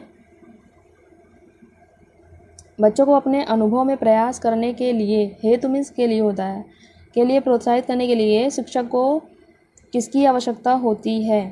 बच्चों के अनुभव में प्रयास करने के लिए, प्रोत्साहित करने के लिए शिक्षक को किसकी आवश्यकता होती है, ये हमको बताना है। पहला दे रखा है कि बच्चों को नियंत्रण में रखने, अन्य बच्चों के साथ तुलना करने। देखो, बच्चों को आप नियंत्रण में नहीं रख सकते, बच्चे को स्वतंत्र में कर रखना है, ठीक, तभी तो वो सीखेगा। अन्य बच्चों के साथ आपको कंपैरिजन भी नहीं करना है। बच्चों को प्रेरित करने के लिए, तीसरा ऑप्शन आपका राइट आंसर होगा। चौथा कह रहा है कि डांटने के लिए, डांटना तो बिल्कुल नेगेटिव पॉइंट है, तीसरा ऑप्शन आपका राइट आंसर होगा, ठीक। क्वेश्चन नंबर 44 देखेंगे, ये बना आपका सितंबर 2015 में। कह रहा है भावनाओं, अधिगम और अभिप्रेरणा के संदर्भ में निम्नलिखित में से किस कथन से आप सहमत हैं। ऑप्शन दे रखा है, सीखने के लिए भावनाओं को अलग रख देना चाहिए, सीखने के लिए भावनाओं को आप अलग रख देना चाहिए, ये बात तो गलत है। दूसरा कह रहा है प्रेरणा और सीखने के साथ भावनाएं घनिष्ठ रूप से जुड़ी हुई हैं, बिल्कुल घनिष्ठ रूप से जुड़ी हुई हैं। आपकी अभिप्रेरणा जो मोटिवेशन है और लर्निंग दोनों के साथ भावनाएं घनिष्ठ रूप में जुड़ी हुई हैं। तीसरा कह रहा है कि आपका दूसरा ऑप्शन आपका राइट आंसर होगा। तीसरा कह रहा है सीखने के लिए अभिप्रेरित करने में भावनाओं की कोई भूमिका ही नहीं होती, ऐसा नहीं है, भावनाओं की भूमिका होती है। कुछ नया सीखना इस पर निर्भर करता है कि उसमें हम कितने निपुण हैं। कुछ नया करने के लिए इस बात ही निर्भर करता है, आपको कुछ नया करना है, आप पहली बार ही सीटेट क्वालिफाई करना, पहली बार तो ही सीटेट क्वालिफाई करेंगे, ऐसा नहीं है आप सीटेट क्वालिफाई करके रख रहे हैं फिर आप क्लास देख रहे हैं, ऐसा तो करेंगे नहीं। तो आप कितने निपुण हैं ये थोड़ा ना ज़रूरी होता है। तो दूसरा ऑप्शन आपका यहाँ राइट आंसर होगा, ठीक। क्वेश्चन नंबर 44 का। क्वेश्चन नंबर 45 देखेंगे, बना आपका सितंबर 2015 में। ये कह रहा है विभिन्न मुद्दों और विवादों पर उनके लिए कारण प्रस्तुत करते हुए बच्चों को अपनी व्यक्तिगत राय को व्यक्त करने के लिए प्रोत्साहित करने वाले प्रश्न किसको बढ़ावा देते हैं। देखिए, विभिन्न मुद्दों और विवादों पर उनके लिए प्रस्तुत बच्चों को व्यक्तिगत राय व्यक्त करने के लिए प्रोत्साहित करने वाले प्रश्न किसको बढ़ावा देते हैं। मानकीकृत आकलन को तो बढ़ावा देंगे नहीं, ये तो मानकीकृत वर्ड ही निगेटिव होता है। विश्लेषणात्मक और आलोचनात्मक चिंतन का, बिल्कुल दूसरा ऑप्शन आपका राइट आंसर होगा। तीसरा कह रहा है कि अभिसारी चिंतन, अभिसारी नहीं अपसारी चिंतन को। चौथा कह रहा है कि जानकारी का पुनः स्मरण तो करना नहीं है, चौथा भी गलत हो जाएगा, दूसरा ऑप्शन आपका राइट आंसर होगा, ठीक। क्वेश्चन नंबर 46 देखेंगे, बना सितंबर 2015 में। ये कह रहा है एक उच्च प्राथमिक कक्षा के शिक्षक के रूप में आपके पास में कुछ ऐसे बच्चे हैं जो प्रथम पीढ़ी के रूप में विद्यालय आ रहे हैं। आपके द्वारा निम्नलिखित में से किए जाने की संभावना सर्वाधिक है। देखिए, उच्च प्राथमिक विद्यालय के शिक्षक आपके पास कक्षा में कुछ ऐसे बच्चे हैं जो प्रथम पीढ़ी के रूप में विद्यालय आ रहे हैं, तो आपके पास संभावना है किसकी ज़्यादा, ये आपको बताना है कि कक्षा गतिविधि के समय गृह कार्य के लिए उन्हें बुनियादी सहयोग और अन्य सहायता उपलब्ध कराएंगे, बिल्कुल सहायता तो उपलब्ध ही करवाएंगे। दूसरा कह रहा है कि आपका उन्हें याद करने के लिए कहकर उन्हें 5 बार याद तो करवाना नहीं है, इसलिए दूसरा गलत हो जाएगा। तीसरा कह रहा है बच्चों से कहेंगे कि उनमें आगे पढ़ने की क्षमता ही नहीं है और अब उन्हें माता पिता के काम में सहायता करनी चाहिए, ऐसा कहेंगे, उनमें क्षमता ही नहीं है। चौथा कह रहा है माता पिता को बुलवाएंगे और ट्यूशन लगाने के लिए कहेंगे, ट्यूशन व्यूशन नहीं लगवाना आपको। पहला ऑप्शन आपका राइट आंसर होगा। क्वेश्चन नंबर 47 देखेंगे, बना फरवरी 2016 में। कह रहा निम्नलिखित में से कौन सा एक सीखने के लिए प्रमुख है, सीखने के लिए क्या ज़रूरी है। पहला दे रखा है अनुबंध, रट कर याद करना, नकल करना, अर्थ निर्माण। चौथा ऑप्शन आपका राइट आंसर होगा, ठीक। जिसमें अर्थ निर्माण हो, जिसमें मीनिंग हो, वैसा नहीं अनुबंध करना, रट कर याद करना, नकल करना, ये तो सीखने में नहीं आएगा ना। ऑप्शन नंबर 4 राइट आंसर होगा, ठीक। क्वेश्चन नंबर 48 देखेंगे, ये बना आपका फरवरी 2016 में। कह रहा है निम्नलिखित में से कौन सा आधारभूत सहायता का एक अच्छा उदाहरण है। आधारभूत सहायता का एक अच्छा उदाहरण आपको बताना है। पहला दे रखा है उसे आधा समाधान किया जाए, उसे आधा समाधान किया उदाहरण उपलब्ध करवाना। दूसरा कह रहा है उसे कहना कि जब तक समस्या का समाधान नहीं कर लेती जब तक घर नहीं जा सकती, ऐसा हम कहेंगे। तीसरा कह रहा है समस्या का समाधान जल्दी देने के लिए पुरस्कार। समस्या का समाधान जल्दी देने के लिए उसे पुरस्कार देंगे आप, ऐसा भी नहीं कर सकते। आधारभूत सहायता ये तो है नहीं। उसे यह बताना कि बार बार प्रयास द्वारा कर सकती है। बार बार चौथा ऑप्शन से आपका राइट आंसर क्यों होगा? देखिए, आधारभूत सहायता का एक अच्छा उदाहरण आपको बताना था। हम आपको सहायता करें सीटेट क्वालिफाई करने के लिए, ये सहायता कर सकते हैं। देखिए, आप बार बार प्रैक्टिस करेंगे प्रीवियस ईयर क्वेश्चंस की, तो प्रैक्टिस ही सब कुछ होता है। आप प्रैक्टिस ज़्यादा करेंगे तो समझ में आपको ज़्यादा आएगा, आपके क्वेश्चन भी सही होंगे। एक बार करके सोच रहे होंगे आप, एक बार देख लिए प्रीवियस ईयर क्वेश्चंस भी सही हो जाएंगे, ऐसा नहीं है ना। पहली बार पढ़ रहे हैं तो 2-3 बार देखिए ढंग से बैठ के, तभी आपका, देखिए एक बार देखेंगे 2 बार, तीसरी बार तो बिल्कुल आप तुरंत पढ़ेंगे सही हो जाएगा ना। तो हम बार बार कर सकते हैं, आप प्रैक्टिस करेंगे तो सही होगा ना। प्रैक्टिस बहुत ज़रूरी होता है। तो चौथा ऑप्शन आपका राइट आंसर होगा।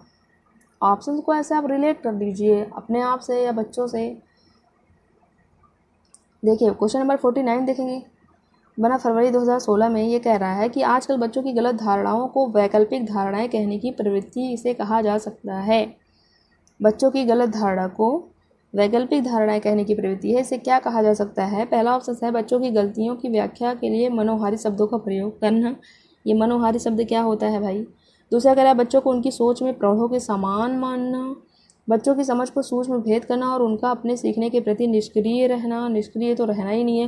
पहचानना कि बच्चे सोच सकते हैं और उनकी सोच प्रौढ़ों से भिन्न होती है। बिल्कुल उनकी थिंकिंग जो है वो प्रौढ़ों से अलग होती है। चौथा ऑप्शन आपका राइट आंसर होगा। ऐसा नहीं है बच्चे निष्क्रिय भी नहीं होंगे और प्रौढ़ों के समान ही नहीं सोचते, वो अलग अलग तरीके से सोचते हैं। सोचते उतना ही है बट तरीका अलग होता है, मतलब समान नहीं सोचते हैं, उसी के अकॉर्डिंग नहीं सोचते हैं। ठीक, चौथा ऑप्शन से आपका राइट आंसर होगा। क्वेश्चन नंबर 50 देखेंगे, ये बना आपका फरवरी 2016 में। ये कह रहा है निम्नलिखित में से कौन सा एक माध्यमिक विद्यालय की कक्ष में शिक्षक की भूमिका का सर्वोत्तम उचित वर्णन करता है? माध्यमिक विद्यालय की कक्ष में शिक्षक की भूमिका का सर्वोत्तम वर्णन करता है, ये हमको बताना है। पहला दे रहा है चर्चाओं के अवसर उपलब्ध कराना। अच्छा, दूसरा क्या कह रहा है कि प्रथम स्थान के लिए शिक्षार्थियों को आपस में प्रतिस्पर्धा के लिए बढ़ावा देना। देखिए, कंपटीशन के लिए आप बढ़ावा नहीं दे सकते विद्यार्थियों में प्रथम स्थान के लिए। ठीक, ये इसलिए दूसरा गलत हो जाएगा। तीसरा कह रहा है बहुपरिप्रेक्ष्यों को निरुत्साहित करना। निरुत्साहित नहीं करना है, तीसरा भी आपका गलत हो जाएगा। चौथा कह रहा है व्याख्यान देने के लिए पावर पॉइंट प्रेजेंटेशन का प्रयोग करना। व्याख्यान देने के लिए नहीं। ठीक है, पहला ऑप्शन आपका राइट आंसर होगा, चर्चाओं के लिए अवसर उपलब्ध करा के। क्वेश्चन नंबर 51 देखेंगे, ये बना आपका फरवरी 2016 में। कह रहा है अभिप्रेरणा और अधिगम के बारे में निम्नलिखित में से कौन सा कथन सही है? ठीक है, मोटिवेशन और लर्निंग के बारे में कौन सा कथन सही है? पहला ऑप्शन दे रखा है आपका, अधिगम केवल तभी प्रभावी होता है जब विद्यार्थियों में भीतरी प्रेरणा हो, सीखने की अंतर्निहित इच्छा हो। बिल्कुल सही बात है। दूसरा क्या कह रहा है, अधिगम केवल तभी प्रभावी होता है जब शिक्षार्थी बाहरी रूप से प्रेरित हो। ऐसा नहीं है ना, लर्निंग आपकी तभी प्रभावित होगी जब आप बाहरी रूप से प्रभावित होंगे, ऐसे तो ज़रूरी नहीं है ना। ऐसा नहीं होता, जब आंतरिक रूप से प्रेरित हो, ये बात तो सही है। दूसरा गलत हो जाएगा आपका, अधिगम में प्रेरणा की कोई भूमिका ही नहीं होती। बिल्कुल गलत है, अधिगम तो प्रेरणा की बिल्कुल भूमिका होती है। आप मोटिवेटेड है ना सीट क्वालिफाई करने के लिए, आपके अंदर मोटिवेशन है तभी तो भूमिका तो होती है। ऐसा कह रहा है कि मोटिवेशन की कोई भूमिका ही नहीं होती, तो तीसरा ऑप्शन आपका गलत हो जाएगा। चौथा कह रहा है अधिगम केवल तभी प्रभावी होता है जब शिक्षार्थी बाहरी पुरस्कारों का उपयोग करने के लिए प्रेरित हो। बिल्कुल गलत है, जब आपको कोई पुरस्कार मिलेगा तभी आप सीटेट क्वालिफाई करेंगे, उसके पहले सीटेट क्वालिफाई नहीं करेंगे, ऐसा तो नहीं है ना। तो पहला ऑप्शन आपका राइट आंसर होगा। अधिकतम केवल तभी प्रभावी होता है जब विद्यार्थियों में भीतरी मीन्स आंतरिक प्रेरणा होगी, तभी मीन्स हो जाएगा सीखने की अंतर्निहित इच्छा हो उसके अंदर। ठीक, पहला ऑप्शन आपका राइट आंसर होगा। क्वेश्चन नंबर 52 देखेंगे, बना आपका फरवरी 2016 में। सीखने के बारे में निम्नलिखित में से कौन सा एक सत्य है, ये हमको बताना है। लर्निंग के बारे में कौन सा कथन सत्य है? सीखना कौशलों के संचय के समान है। सीखने को सामाजिक क्रियाएं सुविधा देती हैं। सीखना एक निष्क्रिय ग्रहणशील प्रक्रिया है। सीखना विद्यार्थी के पूर्व ज्ञान पर आधारित नहीं है, इसलिए गलत हो जाएगा। विद्यार्थी के पूर्व ज्ञान पर आधारित होता है। जो बच्चा क्लास 4th में पढ़ा वो क्लास 5th में तो काम करेगा ना। ये कह रहा है कि काम ही नहीं करेगा, मीन्स इसका ये है, तो चौथा इसलिए गलत हो जाएगा। तीसरा कह रहा है कि निष्क्रिय नहीं है, सक्रिय प्रक्रिया है। सीखना कौशलों के संचय के समान है। बिल्कुल, सीखने को सामाजिक क्रियाएं सुविधा देती हैं। पहला ऑप्शन आपका राइट आंसर होगा। ठीक, क्वेश्चन नंबर 53 देखेंगे। ये बना आपका फरवरी 2016 में। ये कह रहा है निम्नलिखित में से कौन सी एक महत्वपूर्ण गतिविधि बच्चे को सीखने के सक्षम बनाती है।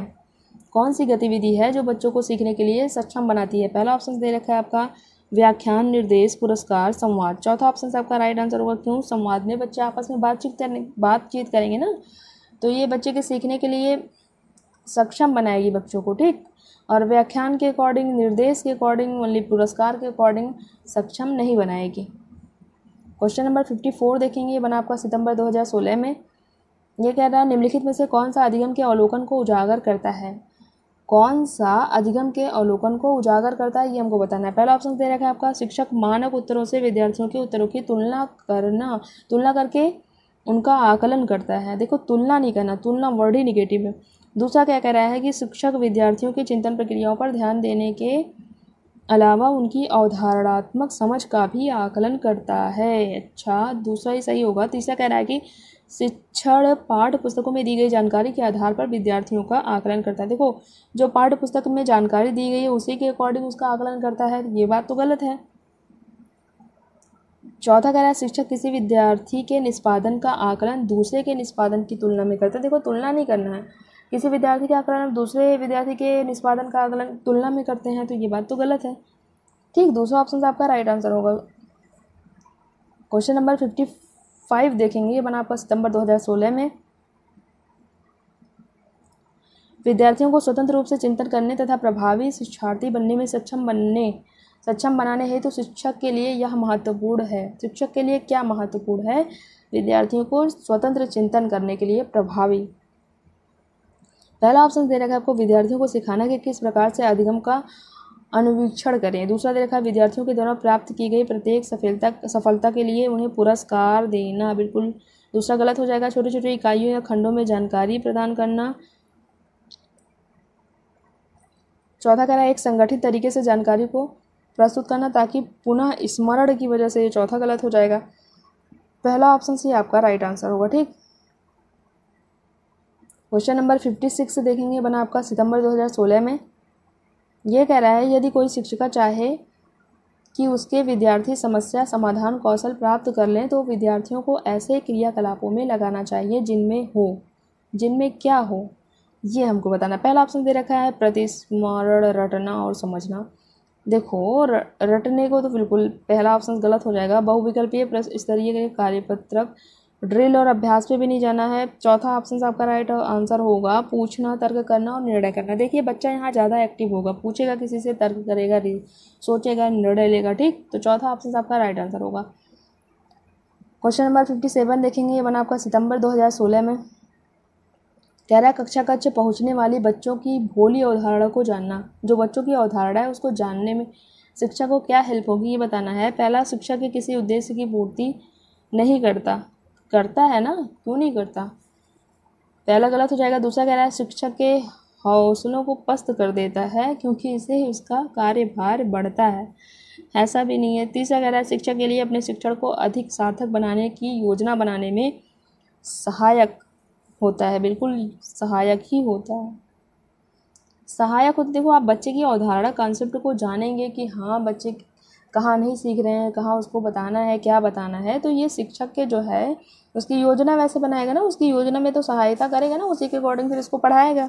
इसलिए तीसरा ऑप्शन आपका राइट आंसर होगा। चौथा कह रहा है शिक्षक की योजना और शिक्षण में रुकावट तो नहीं पैदा करेगा ना। अगर बच्चे के कॉन्सेप्ट को जान जाएंगे, हम जान गए कि आपको कहाँ समझ में नहीं आ रहा है, उसी के अकॉर्डिंग आपको पढ़ाएंगे, तो ये रुकावट तो पैदा नहीं करेगा ना। तो तीसरा ऑप्शन आपका राइट आंसर होगा। क्वेश्चन नंबर 58 देखेंगे। ये बना आपका सितंबर 2016 में। कह रहा है निम्नलिखित में से कौन सा तत्व अधिगम को प्रभावित करता है। हमको बताना है लर्निंग को कौन सा तत्व प्रभावित करता है। पहला दे रखा है शिक्षार्थी का उत्प्रेरण बिल्कुल प्रभावित करेगा। शिक्षार्थी की मेच्योरिटी भी देखो वो परिपक्व हुआ है कि नहीं, ठीक है, परिपक्वता भी उसकी जो है। आप कोई बच्चा चलना अभी वो खड़ा नहीं हो सकता, तो आप मेच्योर ही नहीं है खड़ा होने के लिए, तो आप ज़बरदस्ती तो खड़ा कर नहीं सकते ना। तो विद्यार्थी की परिपक्वता भी लर्निंग को प्रभावित करेगी, शिक्षण युक्तियाँ भी प्रभावित करेंगी, शिक्षार्थी का शारीरिक और संवेगात्मक स्वास्थ्य भी प्रभावित करेगा। जब तक उसका शारीरिक रूप से वो ठीक नहीं होगा, संवेगात्मक रूप से ठीक नहीं होगा, तो वो लर्निंग को तो प्रभावित करेगा ही ना। तो चारों प्रभावित करेंगे आपके। तो बी ऑप्शन में देखिए चारों दे रखा है ना, 1 2 3 4, तो बी वाला ऑप्शन आपका राइट आंसर होगा। ठीक, बाकी सारे ऑप्शन आपके गलत हो जाएंगे। क्वेश्चन नंबर 59 देखेंगे। ये बना आपका सितंबर 2016 में। ये कह रहा है सार्थक अधिगम है। सार्थक अधिगम क्या है ये आपको बताना है। पहला दे रखा है वयस्क और अधिगम सक्षम साथियों का अनुकरण। सार्थक अधिगम यही है कि आप अनुकरण करें साथियों का। दूसरा कह रहा है कि उद्दीपक तथा उत्तर के बीच युग्मन तथा साहचर्य।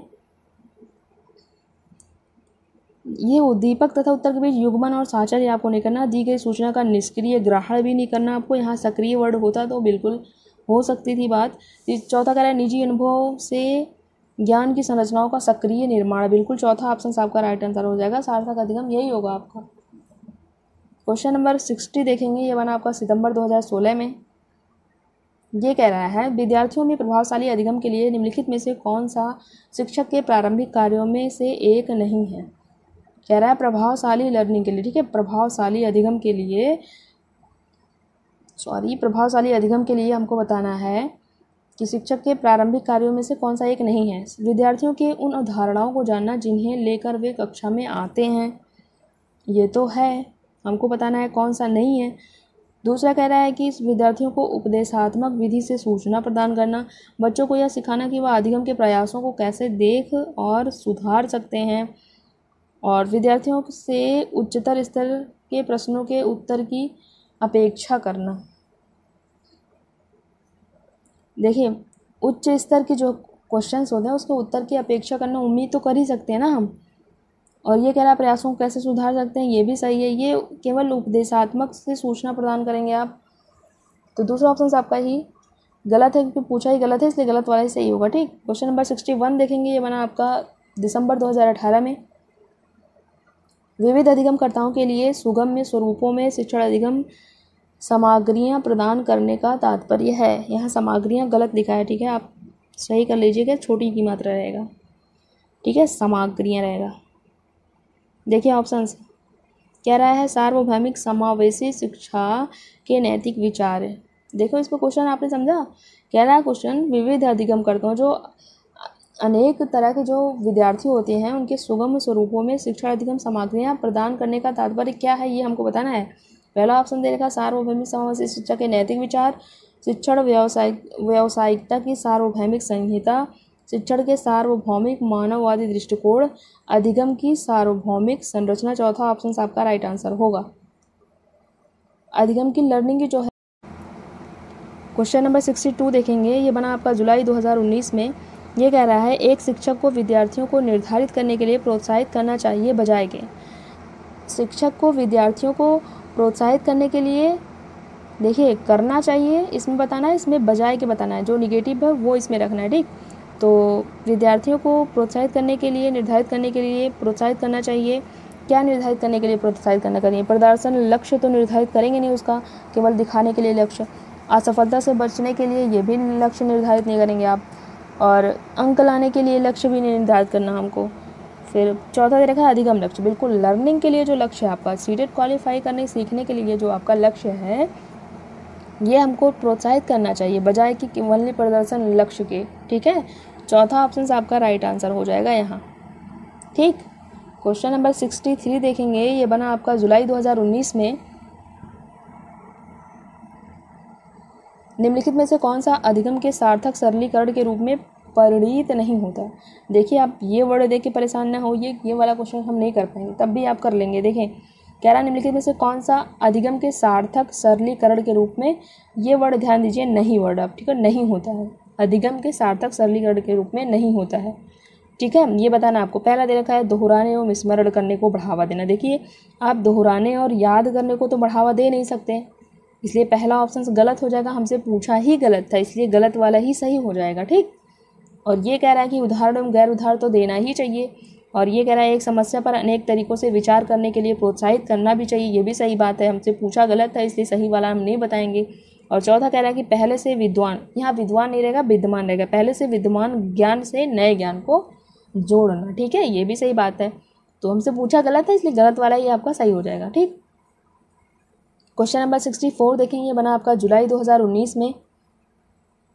ये कह रहा है इनमें से कौन सा वाह्य कारक, यहाँ वाह्य कारक का एक उदाहरण हमको बताना है। ठीक है, जो आपको पुरस्कार के लिए, आप पुरस्कार के लिए सीटेट क्वालिफाई करना चाहते हैं, ऐसे ऐसी चीज़ जो आपको कोई बताए तब आप सीटेट क्वालिफाई करें। आप इंटरनली मोटिवेटेड नहीं हैं, आप इंटरनली मोटिवेटेड नहीं हैं, आपको कोई बताए तब आप क्वालिफाई करें। ठीक, मीन्स ये है वाह्य कारक, यही हुआ कि आप अंदर से मोटिवेटेड नहीं हैं। ठीक, ये हमको बताना है। पहला ऑप्शन दे रखा है कि मैं बहुत अधिक सीखती हूँ जब मैं अपना गृह कार्य करती हूँ। दूसरा देखा है गृह कार्य करने से मैं अपनी अवधारणाओं को अच्छी तरह से समझ पाती हूँ। और तीसरा देखा मैं अपना गृह कार्य पूरा करती हूँ क्योंकि शिक्षक प्रत्येक नियत कार्य के लिए हमें अंक देते हैं। ठीक है, ये इसलिए गृह कार्य पूरा करती है क्योंकि शिक्षक इसके नियत कार्य के लिए अंक देते हैं। ये तो वाह्य कारक हो गया ना आपका, अंक देने के लिए ये कार्य करती है, तो वाह्य कारक हो गया ना आपका। तो यहाँ पूछा वाह्य था, तो इसलिए तीसरा ऑप्शन आपका राइट आंसर होगा। चौथा कह रहा है कि मैं अपना गृह कार्य करना पसंद करती हूँ क्योंकि यह मुझे बहुत आनंददायक है। आनंददायक है मीन्स वो इंटरनली मोटिवेटेड है, इसलिए उसे आनंद आ रहा है ना, तो हमको बताना था वाह्य वाला, इसलिए तीसरा ऑप्शन आपका राइट आंसर होगा। क्वेश्चन नंबर 65 देखेंगे, बना आपका जुलाई 2019 में। ये कह रहा है एक प्राथमिक कक्षा कक्ष में एक शिक्षक को क्या करना चाहिए। प्राइमरी कक्षा में शिक्षक को क्या करना चाहिए ये हमको बताना है। पहला दे रखा है केवल गैर उदाहरण देने चाहिए, केवल गैर उदाहरण देना चाहिए, केवल वर्ड ही निगेटिव है इसलिए पहला नहीं होगा। दूसरा कह रहा है कि उदाहरण एवं गैर उदाहरण दोनों देने चाहिए, ये बात तो सही है, तो दूसरा आंसर आपका सही हो जाएगा।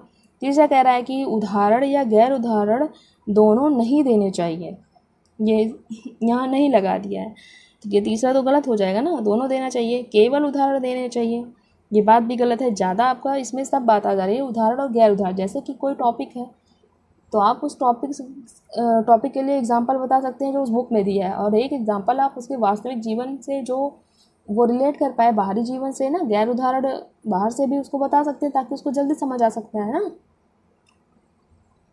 अभी आपको टॉपिक से बताएं और आपके टॉपिक से हट के बताएं, ठीक है, तो आपको जल्दी समझ में आ जाएगा। ठीक है, किसी चीज़ की कहानी सुनाने लग जाए, उसने उसको धोखा दिया, ये किया वो किया, बहुत जल्दी समझ में आएगा आपको ना। एग्जाम्पल हम बाहर से रिलेट कर रहे हैं, ठीक, तो हमको उदाहरण और गैर उदाहरण दोनों देना चाहिए, तो दूसरा ऑप्शन आपका राइट आंसर होगा। क्वेश्चन नंबर 66 से देखेंगे, बना आपका जुलाई 2019 में। ये कह रहा है निम्नलिखित रणनीतियों में से कौन सी बच्चों में अर्थ निर्माण को बढ़ावा देगी। कौन सी रणनीति तरीका जो बच्चों को अर्थ निर्माण में बढ़ावा देगी। पहला दे रखा है आपका सूचनाओं का संरक्षण, केवल सूचना का संचरण करने से ही अर्थ निर्माण को बढ़ावा नहीं देगी, इसलिए पहला गलत हो जाएगा। दूसरा कह रहा है दंडात्मक, दंड तो देना ही नहीं है। तीसरा कह रहा है समरूप एवं मानकीकृत वर्ड भी निगेटिव है, इसलिए तीसरा गलत हो जाएगा। चौथा ही सही होगा अन्वेषण एवं परिचर्चा। देखिए हम देखिए हम की पॉइंट पकड़ के आपको बताते हैं, आप समझा करिए मेरे साथ में। देखिए यहाँ सूचना था इसलिए हमने इसको गलत कर दिया, यहाँ दंड वर्ड लिखा हुआ था तो हमको बच्चों को दंड देना नहीं, इसलिए दूसरा गलत हो जाएगा। मानकीकृत वर्ड आपको निगेटिव बताए हैं, समरूप ये भी गलत हो जाएगा, अन्वेषण एवं परिचर्चा तो ये तो पॉजिटिव लग रहा है, चौथा ऑप्शन आपका राइट आंसर हो जाएगा। क्वेश्चन नंबर 67 देखेंगे, ये बना आपका जुलाई 2019 में। ये कह रहा है निम्नलिखित में से कौन प्रभावी अधिगम रणनीतियों के उदाहरण है। हमको प्रभावी अधिगम के बारे में बताना है, ठीक। पहला दे रखा है लक्ष्य एवं समय सारणी निर्धारित करना। दूसरा दे रखा है संगठनात्मक चार्टों एवं अवधारणात्मक नक्शे बनाना।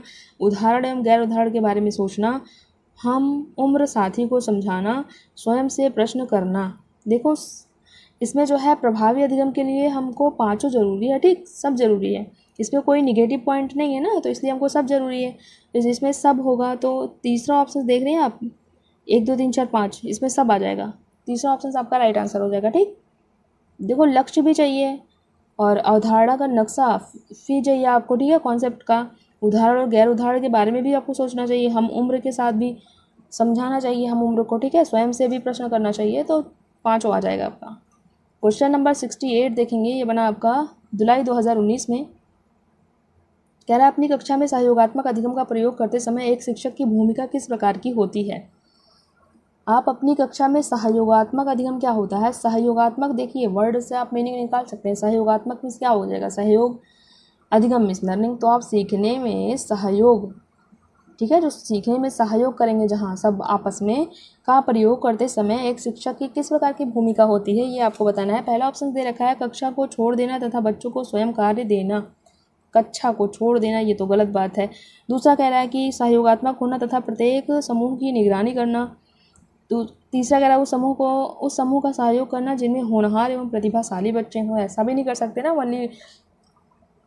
वनली हम प्रतिभाशाली और होनहार बच्चों को लेके चलेंगे, बाकी सबको छोड़ देंगे, ऐसा तो नहीं है, इसलिए तीसरा गलत हो जाएगा। चौथा कह रहा है कि एक मूक दर्शन होना चाहिए ताकि बच्चे को जो करना चाहते हैं उन्हें करने देना। ठीक है, चौथा ही सही होगा, यहाँ बच्चे के हित में बात हो रही है। दूसरा इसलिए गलत होगा, क्या कह रहा है? सहयोगात्मक होना तथा प्रत्येक समूह की निगरानी करेंगे, तो आप हरदम निगरानी नहीं करना, उससे अच्छा ऑप्शन आपका चौथा है। ठीक है, इसलिए चौथा आपका राइट आंसर हो जाएगा। क्वेश्चन नंबर 69 देखेंगे, ये बना आपका जुलाई 2019 में।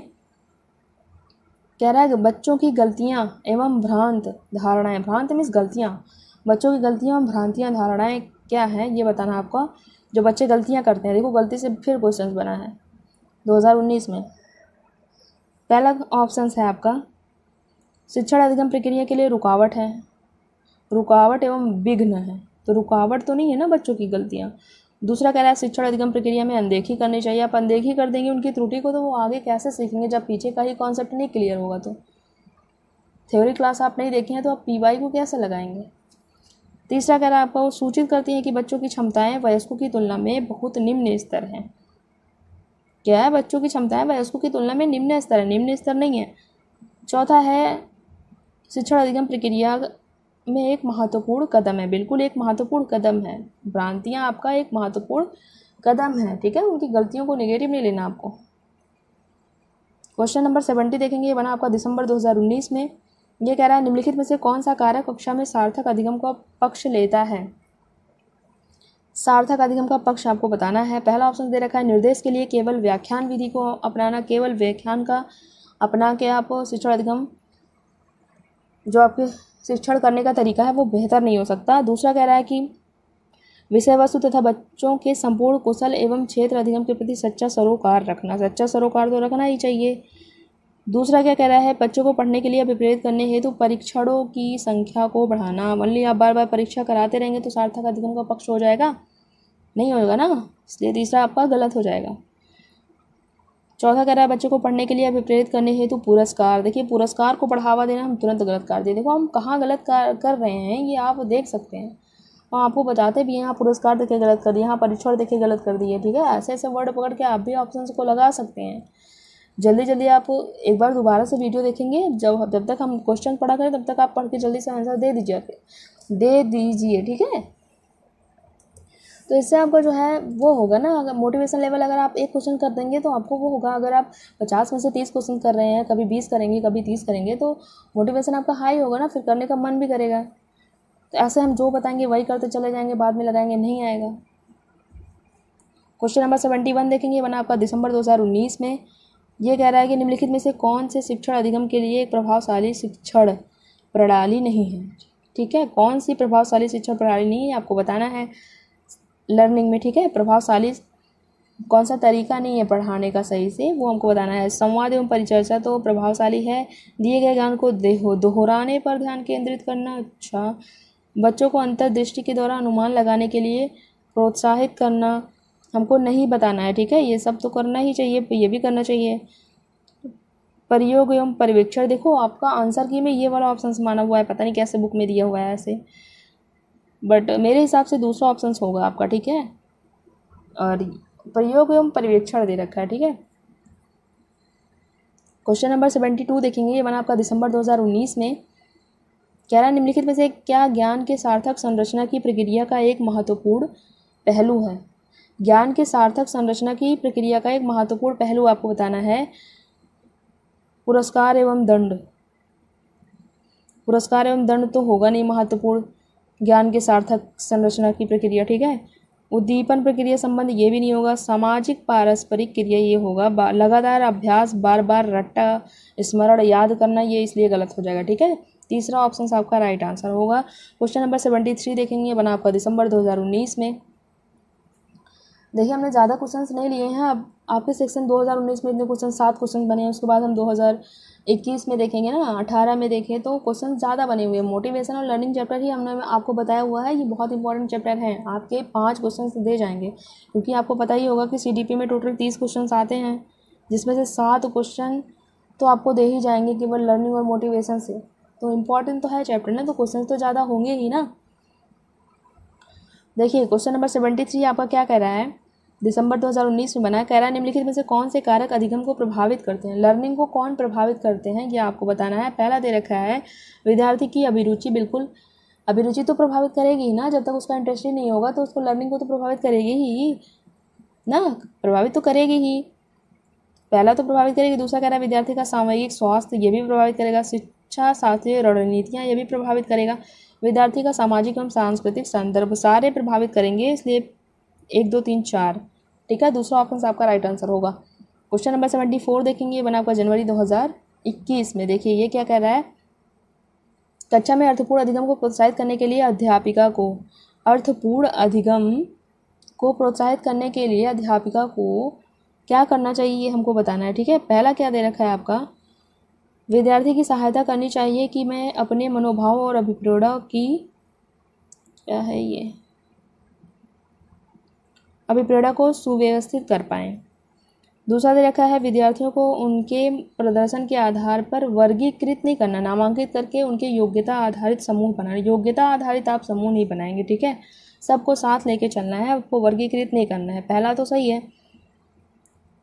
दूसरा क्या कह रहा है कि विद्यार्थियों में संवाद और परिचर्चा को प्रोत्साहित करना चाहिए, जिससे बहुपरिपेक्ष करने में सशक्त हो। चौथा कह रहा है कि कक्षा में विविधता की उपेक्षा करनी चाहिए, शिक्षक की मानक विधि नहीं, मानक वर्ड ही निगेटिव है आपका, ठीक है, तो ये भी गलत हो जाएगा आपका, मानक वर्ड नहीं करना है, ठीक है। कक्षा में विविधता की उपेक्षा नहीं करनी है आपको, ठीक है, उपेक्षा नहीं करनी है आपको। एक वर्ड उपेक्षा होता है, एक होता है अपेक्षा, तो आपका अपेक्षा पॉजिटिव होता है, उपेक्षा निगेटिव होता है, ठीक। तो आपका राइट है यहाँ पहला और तीसरा। तो इसमें देखेंगे हम पहला और तीसरा कहाँ है, तो सी में है पहला और तीसरा, इसलिए सी वाला ऑप्शन आपका राइट आंसर हो जाएगा, ठीक है। बड़ा है इसलिए देखिए आप डरिए नहीं, बड़ा वर्ड जो होता है क्वेश्चन वो और आसान होता है, एलिमिनेट करना होता है, जल्दी से कर लेंगे आप। क्वेश्चन नंबर 75 देखेंगे, बना आपका जनवरी 2021 में। ये कह रहा है बच्चों के अधिकार में शारीरिक स्वास्थ्य और सांवेगिक अवस्था क्या करती है, ठीक है। शारीरिक स्वास्थ्य जो बच्चों के अधिकार में, अधिकार नहीं होगा यहाँ, शायद अधिगम होगा, बच्चों के अधिगम में शारीरिक स्वास्थ्य और सांवेगिक, यहाँ आपका अधिकार नहीं रहेगा, अधिगम रहेगा, ठीक है, अधिगम, ठीक। बच्चों के अधिगम में शारीरिक स्वास्थ्य और सामूहिक अवस्था क्या करता है। पहला कह रहा है कि का कोई आपसी संबंध ही नहीं है, बिल्कुल संबंध है, शारीरिक स्वास्थ्य और इमोशन में संबंध नहीं है, कह रहा है ये, पहला गलत हो जाएगा आपका। की भूमिका नगण्य है, ये भी गलत है। का कोई प्रभाव नहीं होता है, ये भी गलत है। कि एक महत्वपूर्ण भूमिका है, ठीक है। सारे पक्ष हमने पढ़ा हुआ था, देखो डेवलपमेंट वाले चैप्टर में भी पढ़ा हुआ था हमने, 4 पक्ष पढ़े हुए थे हमने ना, फिजिकल, सोशल, इमोशन, कॉग्निटिव पढ़ा हुआ था ना, तो चारों पक्ष आपस में इंटर रिलेटेड होते हैं। अगर आप एक पक्ष का आप शारीरिक रूप से ठीक नहीं है, स्वास्थ्य आपका ठीक नहीं है, तो आप लर्निंग आपकी अच्छी नहीं होगी, ज़रूरी नहीं है आप पढ़ेंगे भूल सकते हैं ना। आप इमोशनली ठीक नहीं है तो आपकी लर्निंग नहीं हो सकती, आप भूल सकते हैं ना, तो सब पक्ष आपस में इंटर रिलेटेड होते हैं, हमने विकास वाले चैप्टर में भी पढ़ा हुआ है, ठीक है। तो एक महत्वपूर्ण भूमिका है, इसलिए चौथा ऑप्शन आपका राइट आंसर होगा। क्वेश्चन नंबर 76 से देखेंगे, बना आपका जनवरी 2021 में। कह रहा है कि अधिगम कह रहा है एक और प्रक्रिया है, ठीक है। यहाँ हमको बताना है क्या रहेगा। पहला देखा है सरल, व्यक्तिगत, जटिल, निष्क्रिय।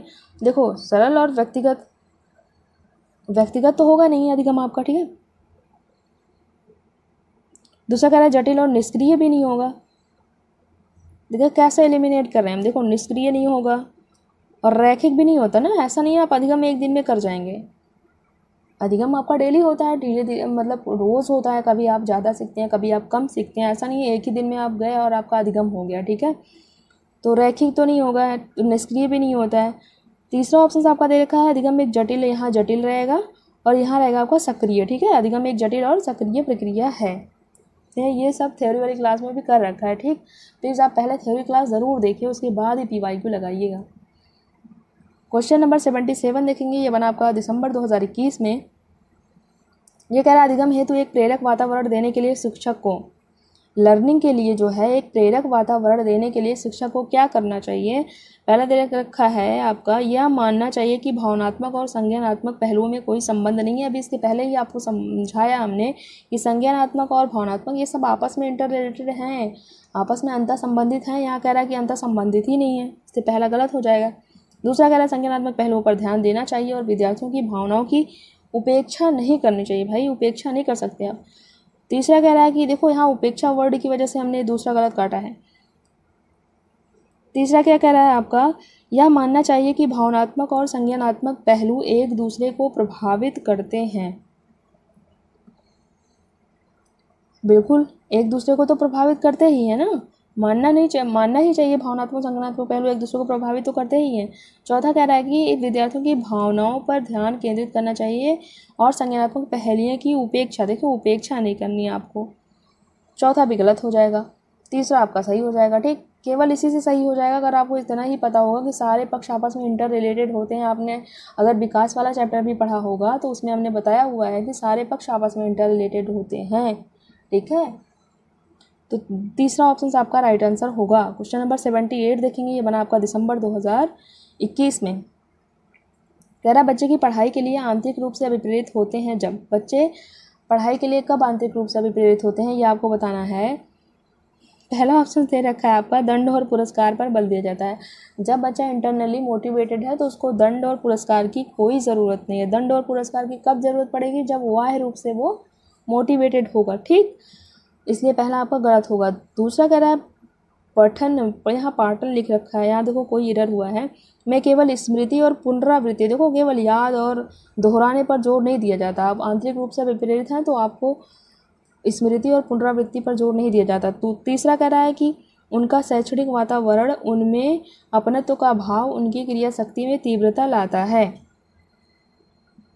चौथा कह रहा है शिक्षक उन्हें आज्ञा पालन करने के लिए उत्साहित करते हैं और उच्च स्तरीय मापदंडों पर उनका आकलन करते हैं। तो चौथा गलत हो जाएगा, तीसरा ऑप्शन आपका राइट आंसर होगा। ठीक है, क्वेश्चन नंबर 79 देखेंगे, ये बना आपका दिसंबर 2021 में। ये कह रहा है विद्यार्थी अधिगम के प्रति तत्पर और अभिप्रेरित होते हैं जब, सारे वही क्वेश्चंस हैं, केवल लैंग्वेज चेंज हुई है। अगर आप समझ रहे होंगे तो हम देखो 79 क्वेश्चंस कर रहे हैं। मुझे प्यास बहुत तेज लग गई है। देखिए 79 कह रहा है आपका, हाँ कह रहा है कि अधिगम के प्रति तत्पर और अभिप्रेरित होते हैं जब अध्यापक कैसे होंगे, जब जो है विद्यार्थी लर्निंग के लिए तत्पर और अभिप्रेरित होंगे। कैसे, ऑप्शन देखा उन पर प्रशिक्षण अच्छा करने का तनाव और दबाव डालेंगे आप, तब जो है विद्यार्थी तत्पर और अभिप्रेरित होंगे। ऐसा है, आप पर हम दबाव डालेंगे, ऐसा नहीं है ना। सफलता पर पुरस्कार तो देना ही नहीं है आपको, वो मोटिवेटेड ऐसे नहीं होंगे। अधिगम प्रक्रिया को पूरी तरह से अपने नियंत्रण में रखें। देखो अपने नियंत्रण में हम रखेंगे तो बच्चा कैसे मोटिवेटेड होगा। चौथा कह रहा है अधिगमकर्ताओं को संलग्न करें और उन्हें अध्यापन प्रक्रिया का अहम हिस्सा बनाएं। यहाँ अहम होना चाहिए मेरे हिसाब से, यहाँ अहम होना चाहिए। ठीक, अहम हिस्सा बनाए, तो चौथा ऑप्शन आपका राइट आंसर होगा। ठीक, क्वेश्चन नंबर 80 देखेंगे, बना आपका दिसंबर 2021 में। अब ज़्यादा क्वेश्चंस नहीं बने हैं, अब ज़्यादा नहीं बचे हैं मेंस मेरा, बस 5-10 ही क्वेश्चंस होंगे। अब 2021 पे आ गए हैं ना, 22-23 ही बचा है। देखिए ये क्या कह रहा है कि किसी नए संप्रदाय के अधिगम को सुसाध्य बनाने के लिए एक अध्यापक को क्या करना चाहिए। किसी कॉन्सेप्ट, संप्रदाय में कॉन्सेप्ट होगा ना, कॉन्सेप्ट के अधिगम को सुसाध्य बनाने के लिए अध्यापक को क्या करना चाहिए हमको बताना है। पहला देखा है विद्यार्थियों के पूर्व ज्ञान को, देखो अनदेखा नहीं करना आपको, पूर्व ज्ञान को आपको रिलेट करना है, उसका अनदेखा नहीं करना है। दूसरा कह रहा है नई जानकारी को विद्यार्थियों के पूर्व ज्ञान से जोड़ना चाहिए, बिल्कुल जोड़ना चाहिए।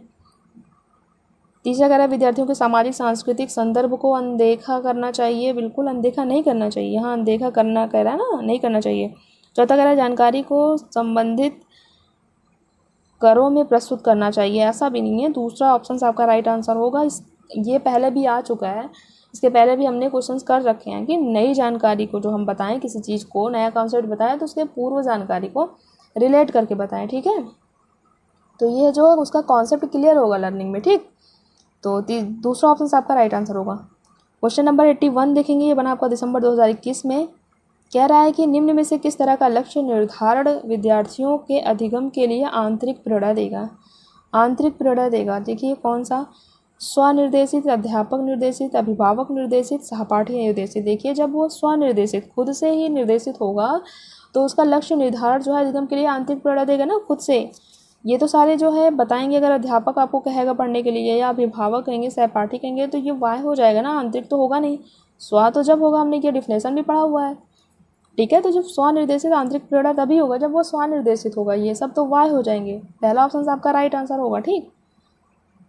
क्वेश्चन नंबर 82 देखेंगे, ये बना आपका दिसंबर 2021 में। कह रहा है अध्यापक अधिगम प्रक्रिया में त्रुटि विश्लेषण। देखिए फिर त्रुटि से क्वेश्चन आया है। त्रुटि विश्लेषण क्या है ये आपको बताना है।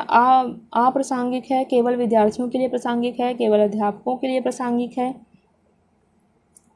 विद्यार्थियों और अध्यापकों दोनों के लिए प्रासंगिक है, ठीक है। दोनों के लिए प्रासंगिक होता है, ठीक है। बच्चों की त्रुटियां दोनों के लिए महत्वपूर्ण होती हैं आपकी। चौथा ऑप्शन आपका राइट आंसर है, ठीक है। क्वेश्चन नंबर 83 देखेंगे, ये बना आपका दिसंबर 2021 में।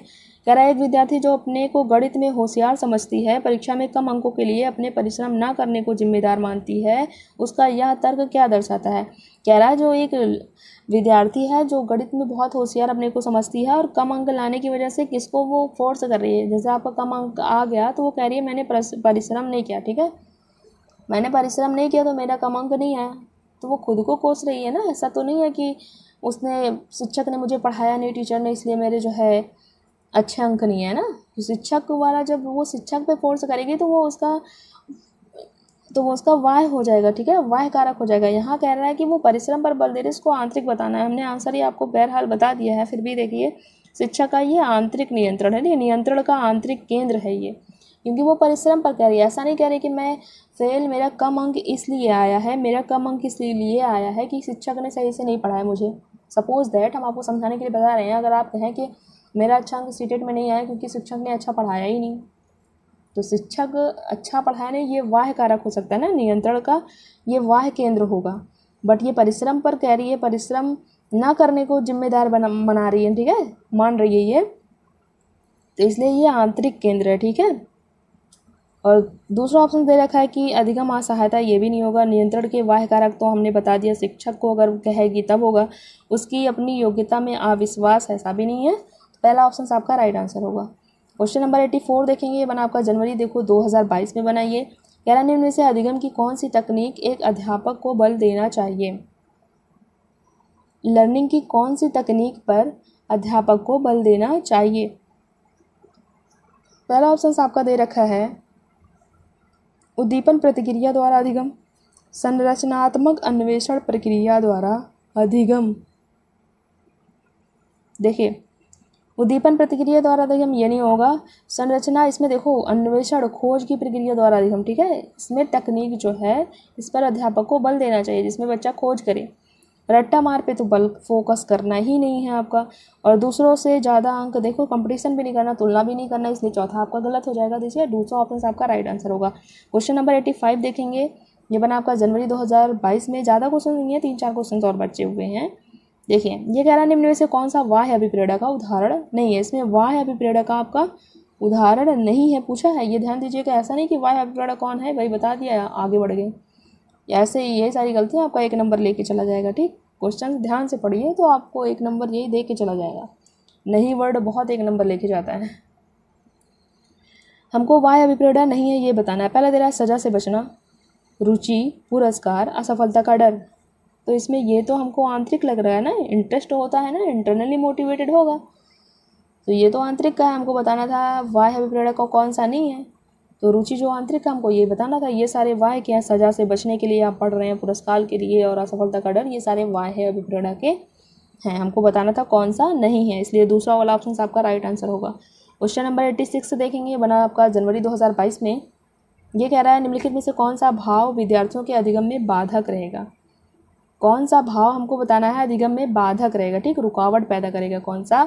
उत्सुकता तो बाधा नहीं करेगा, कृतज्ञता भी नहीं करेगा, निराशा, अगर आप निराश हैं तो ये अधिगम में बाधा उत्पन्न कर सकता है, ठीक है। तीसरा ऑप्शन आपका राइट आंसर होगा।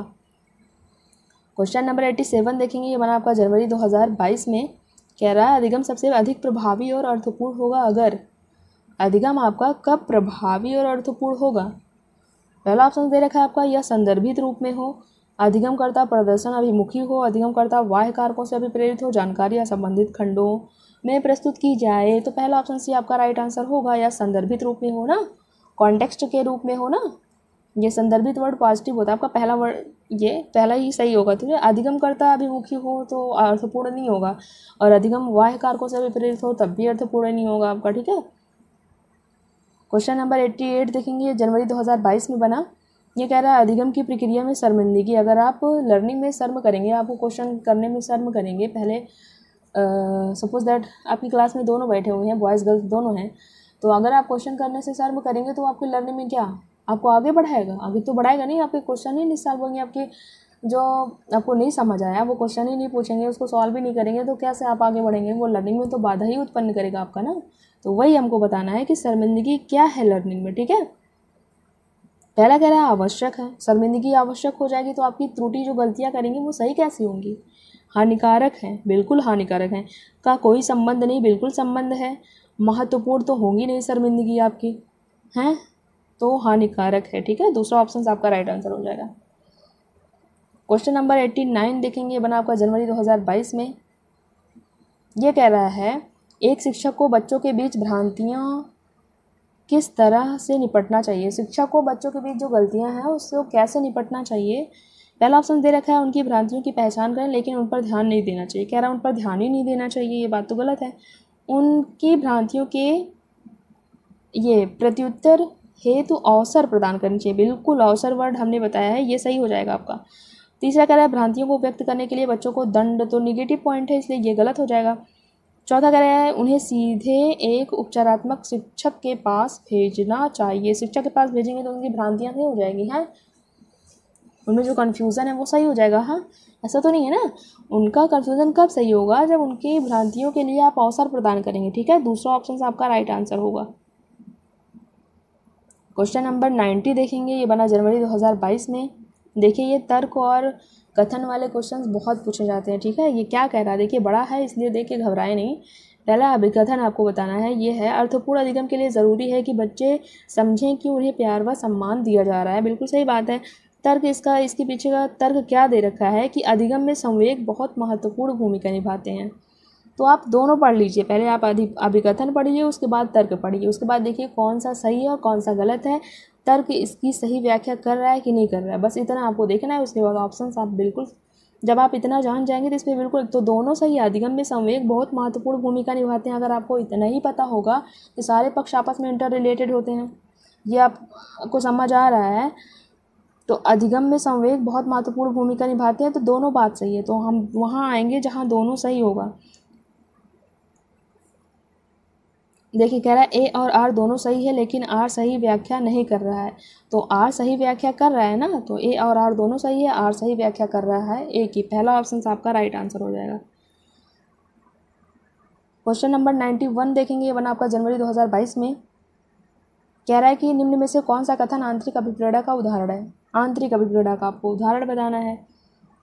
कह रहा है मैं प्रशंसा पाने के लिए यह कार्य करूँगा। प्रशंसा पाने के लिए यह कार्य करेगा, ये तो आंतरिक नहीं है। दूसरा कह रहा है मैं सज़ा से बचने के लिए कार्य करूँगा, ये भी नहीं है।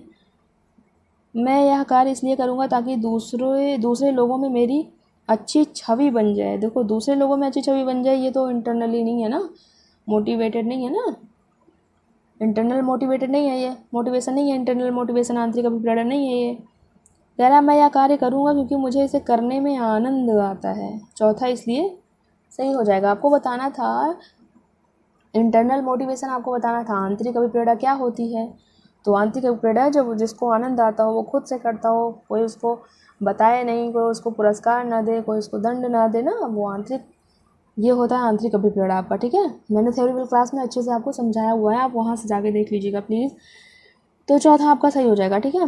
क्वेश्चन नंबर 92 देखेंगे। ये बना आपका, देखिए अब ये आपका जो ऑफलाइन एग्जाम अभी 20 अगस्त को हुआ था वहाँ से क्वेश्चन उठाए। देखिए ये भी रिपीटेड वाले क्वेश्चन है। अगर आपका कॉन्सेप्ट क्लियर होगा तो इसका आंसर आप दे देंगे। देखिए कह रहा निम्नलिखित में से कौन सा आंतरिक अभिप्रेरणा का उदाहरण है। यही क्वेश्चन फिर बन गया है। देखिए आंतरिक अभिप्रेरणा का उदाहरण आपको बताना था। आंतरिक अभिप्रेरणा क्या होगी, जो बच्चा जिसको करने में इंटरेस्ट लेगा, उसकी रुचि होगी, उसको कोई चीज़ फोर्स ना करे, उसको कोई पुरस्कार ना दे किसी कार्य को करने के लिए, वही होती है आपकी आंतरिक अभिप्रेरणा। शिक्षक को प्रभावित करने के लिए परियोजना को, वो शिक्षक को प्रभावित करने के लिए परियोजना को कर रहा है, इसलिए ये तो वाय है। और व्यक्तिगत आनंद के लिए वाद यंत्र, देखो ये व्यक्तिगत आनंद के लिए यंत्र बजा रहा है। किसी चीज़ को, कोई भी काम हो, ऐसा नहीं है कि लर्निंग हो, कोई भी काम हो वो व्यक्तिगत आनंद के लिए कर रहा है, इसलिए ये इंटरनल मोटिवेशन है। ठीक है, दूसरा ऑप्शन आपका राइट आंसर हो जाएगा। तीसरा कह रहा है डांट से बचने के लिए पढ़ाई करना, आप डांट खाओगे इसलिए पढ़ाई करना, तो ये तो वाह कारक हो जाएगा। पुरस्कार राशि, तो ये पुरस्कार भी आपका वाह ही होता है ना। दूसरा ऑप्शन आपका राइट आंसर होगा। उम्मीद है आपको समझ आया होगा। आप ये भी समझे होंगे कि अभी जो एग्ज़ाम हुआ वो कैसे, देखिए ऑफलाइन एग्ज़ाम हुआ था बट ऑनलाइन से ही उठाया हुआ है। ठीक है, देखिए क्वेश्चन नंबर 93 देखेंगे। ये भी बना 20 अगस्त 2023 को। कह रहा है जटिल समस्याओं से जूझ रहे अमन के समस्या समाधान कौशल विकसित करने में एक शिक्षक किस प्रकार मदद कर सकता है। अमन जो है किसी समस्या से जूझ रहा है, तो शिक्षक जो है वो समस्या समाधान विकसित करने के लिए शिक्षक किस प्रकार मदद कर सकता है अमन की। ठीक है, ये अमन की किस तरह से मदद कर सकता है ये बताना है।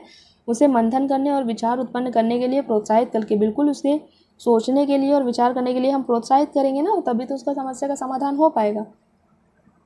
और दूसरा कह रहा है कि उसे कहकर कि वह समस्या को सुलझाना ही छोड़ दे। जब समस्या को सुलझाना छोड़ देगा तो उसका हल कैसे निकलेगा, इसलिए दूसरा आपका गलत हो जाएगा। तीसरा कह रहा है उसे प्रयोग करने और जोखिम लेने के लिए हतोत्साहित करना।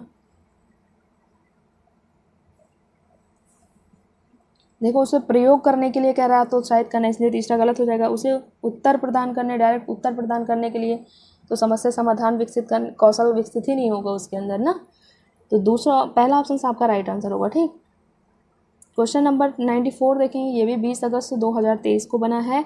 ये कह रहा है कि एक शिक्षक अपने शिक्षार्थियों को संज्ञानात्मक कौशल विकसित करने में मदद करना चाहती है, निम्नलिखित में से कौन सी रणनीति सबसे प्रभावी होगी।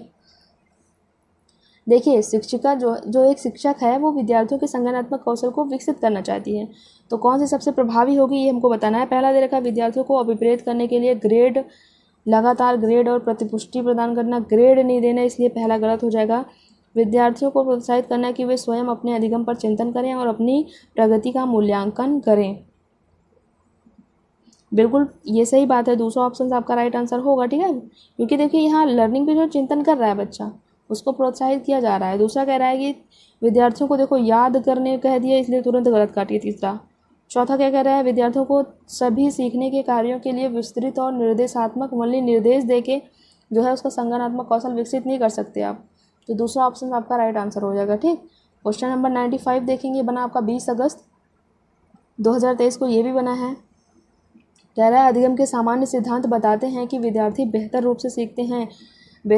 देखो लर्निंग का सिद्धांत जो है बताता है विद्यार्थी बेहतर रूप से सीखते हैं कब, यदि शिक्षक क्या करता है कि विद्यार्थी बेहतर तरीके से सीखते हैं, ये आपको बताना है। देखो ऑप्शन दे रखा है पहले अवधारणा को उसके प्रतीकात्मक रूप में प्रस्तुत करें, फिर उसके भौतिक रूप में। पहले प्रतीक के रूप में उसके बाद भौतिक, ये तो उल्टा बता दिए ना, गलत हो जाएगा। दूसरा कह रहा है पहले उस पर चर्चा करें जिसके बारे में विद्यार्थियों को नहीं पता है, फिर उस पर आएँ जो विद्यार्थी पहले से जानते हैं। उल्टा कह दिया है, पहले आपको पूर्व ज्ञान लाना चाहिए ना। यहाँ देखो उदाहरण ला के रख दिया है कि पहले जो नहीं पता आप उसको बता देंगे, फिर जो पता है तो पहले आपको ये बताना चाहिए जो उसको पता है, तो जो नहीं पता है उसको रिलेट करके आप बता देंगे, तो इसलिए दूसरा आपका गलत हो जाएगा। तीसरा कह रहा है कि पहले अवधारणा को संपूर्ण रूप से परिचय दें, फिर उसकी बारीकियों पर आएँ। पहले उसको अवधारणा का परिचय देंगे, उसके बाद उसकी बारीकियों पर आएंगे। ठीक है, और तीसरा कह रहा है, चौथा कह रहा है पहले तर्क और कारण के संदर्भ में अवधारणाओं पर चर्चा करें, फिर विचारों को सत्यापित करने का अवसर दें। पहले उसको अवसर दें, उसके बाद तर्क और संदर्भ में जाए ना, इसलिए चौथा आपका गलत हो जाएगा। तीसरा ऑप्शन आपका राइट आंसर होगा। ठीक, यही आंसर की ने भी माना था 20 अगस्त को। ठीक है, तो तीसरा ऑप्शन आपका राइट आंसर होगा। क्वेश्चन नंबर 96 देखेंगे। ये आपका लास्ट है। ये भी 20 अगस्त 2023 को ही बना है। देखिए अजर्सन और रीजनिंग वाले क्वेश्चन से बनते हैं आपके, ठीक है, बहुत क्वेश्चन बनते हैं। पहला क्वेश्चन दे रखा है अभिकथन, शिक्षकों को संकल्पना को मजबूत करने के लिए विद्यार्थियों को अपने स्वयं के संकल्पना के उदाहरण और गैर उदाहरण की पहचान करने के लिए कहना चाहिए। बिल्कुल सही बात है। शिक्षकों को जो है कॉन्सेप्ट को मजबूत करने के लिए जो है विद्यार्थियों को अपने संकल्पना के उदाहरण, ठीक है, जो उसका टॉपिक का उदाहरण और गैर उदाहरण पहचान करने के लिए कहना चाहिए, पहचान करने के लिए कहना चाहिए। दूसरा कह रहा है उदाहरणों के बारे में सोचने से संकल्पना को मजबूत किया जाता है, जबकि गैर उदाहरण विद्यार्थियों को भ्रमित करते हैं। ऐसा नहीं है, गैर उदाहरण तो मजबूत ही करते हैं उसको, आप गैर उदाहरण रिलेट करेंगे तो उसको मजबूत करते हैं। यहाँ कह रहा है गैर उदाहरण भ्रमित करते हैं, ऐसा नहीं है ना, पहला सही है आपका, दूसरा गलत है। ये पहला सही है आपका, दूसरा गलत है, तो हम वहाँ जाएंगे हम जहाँ पहला सही होगा, ए सही होगा, आर गलत होगा। तो देखिए ए सही है परंतु आर गलत है, तो पहला ऑप्शन सी आपका राइट आंसर हो जाएगा। बस इसमें कुछ करना ही नहीं रहता, बड़ा क्वेश्चन देख के आप डरे नहीं, इसको पढ़ेंगे बहुत आसान रहता है ये। देखिए आपके लिए मोटिवेशन क्या है आज का, जब हौसले बुलंद हो तो पहाड़ भी एक मिट्टी का ढेर लगता है।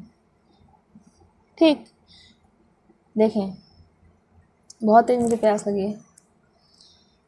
ये CDP में पेपर 2 के लिए हमने जो ऑल PYQ 2011 से 23 के लिए कंप्लीट कर लिया, ठीक।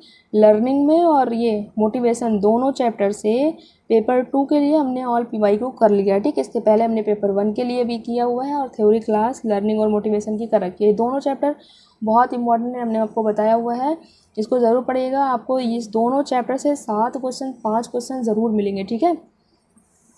और ये थ्योरी की क्लास आपको ये डिस्क्रिप्शन में जो है प्लेलिस्ट का लिंक आपको मिल जाएगा, वहाँ से आप जाके देख सकते हैं पेपर 1 के लिए भी और थ्योरी क्लास भी देख सकते हैं। अगर वीडियो अच्छी लगी हो तो लाइक कर सकते हैं, कमेंट में अपने विचार भी बता सकते हैं और वीडियो को सब्सक्राइब कर सकते हैं ताकि आपको नेक्स्ट वीडियो का नोटिफिकेशन मिल जाए।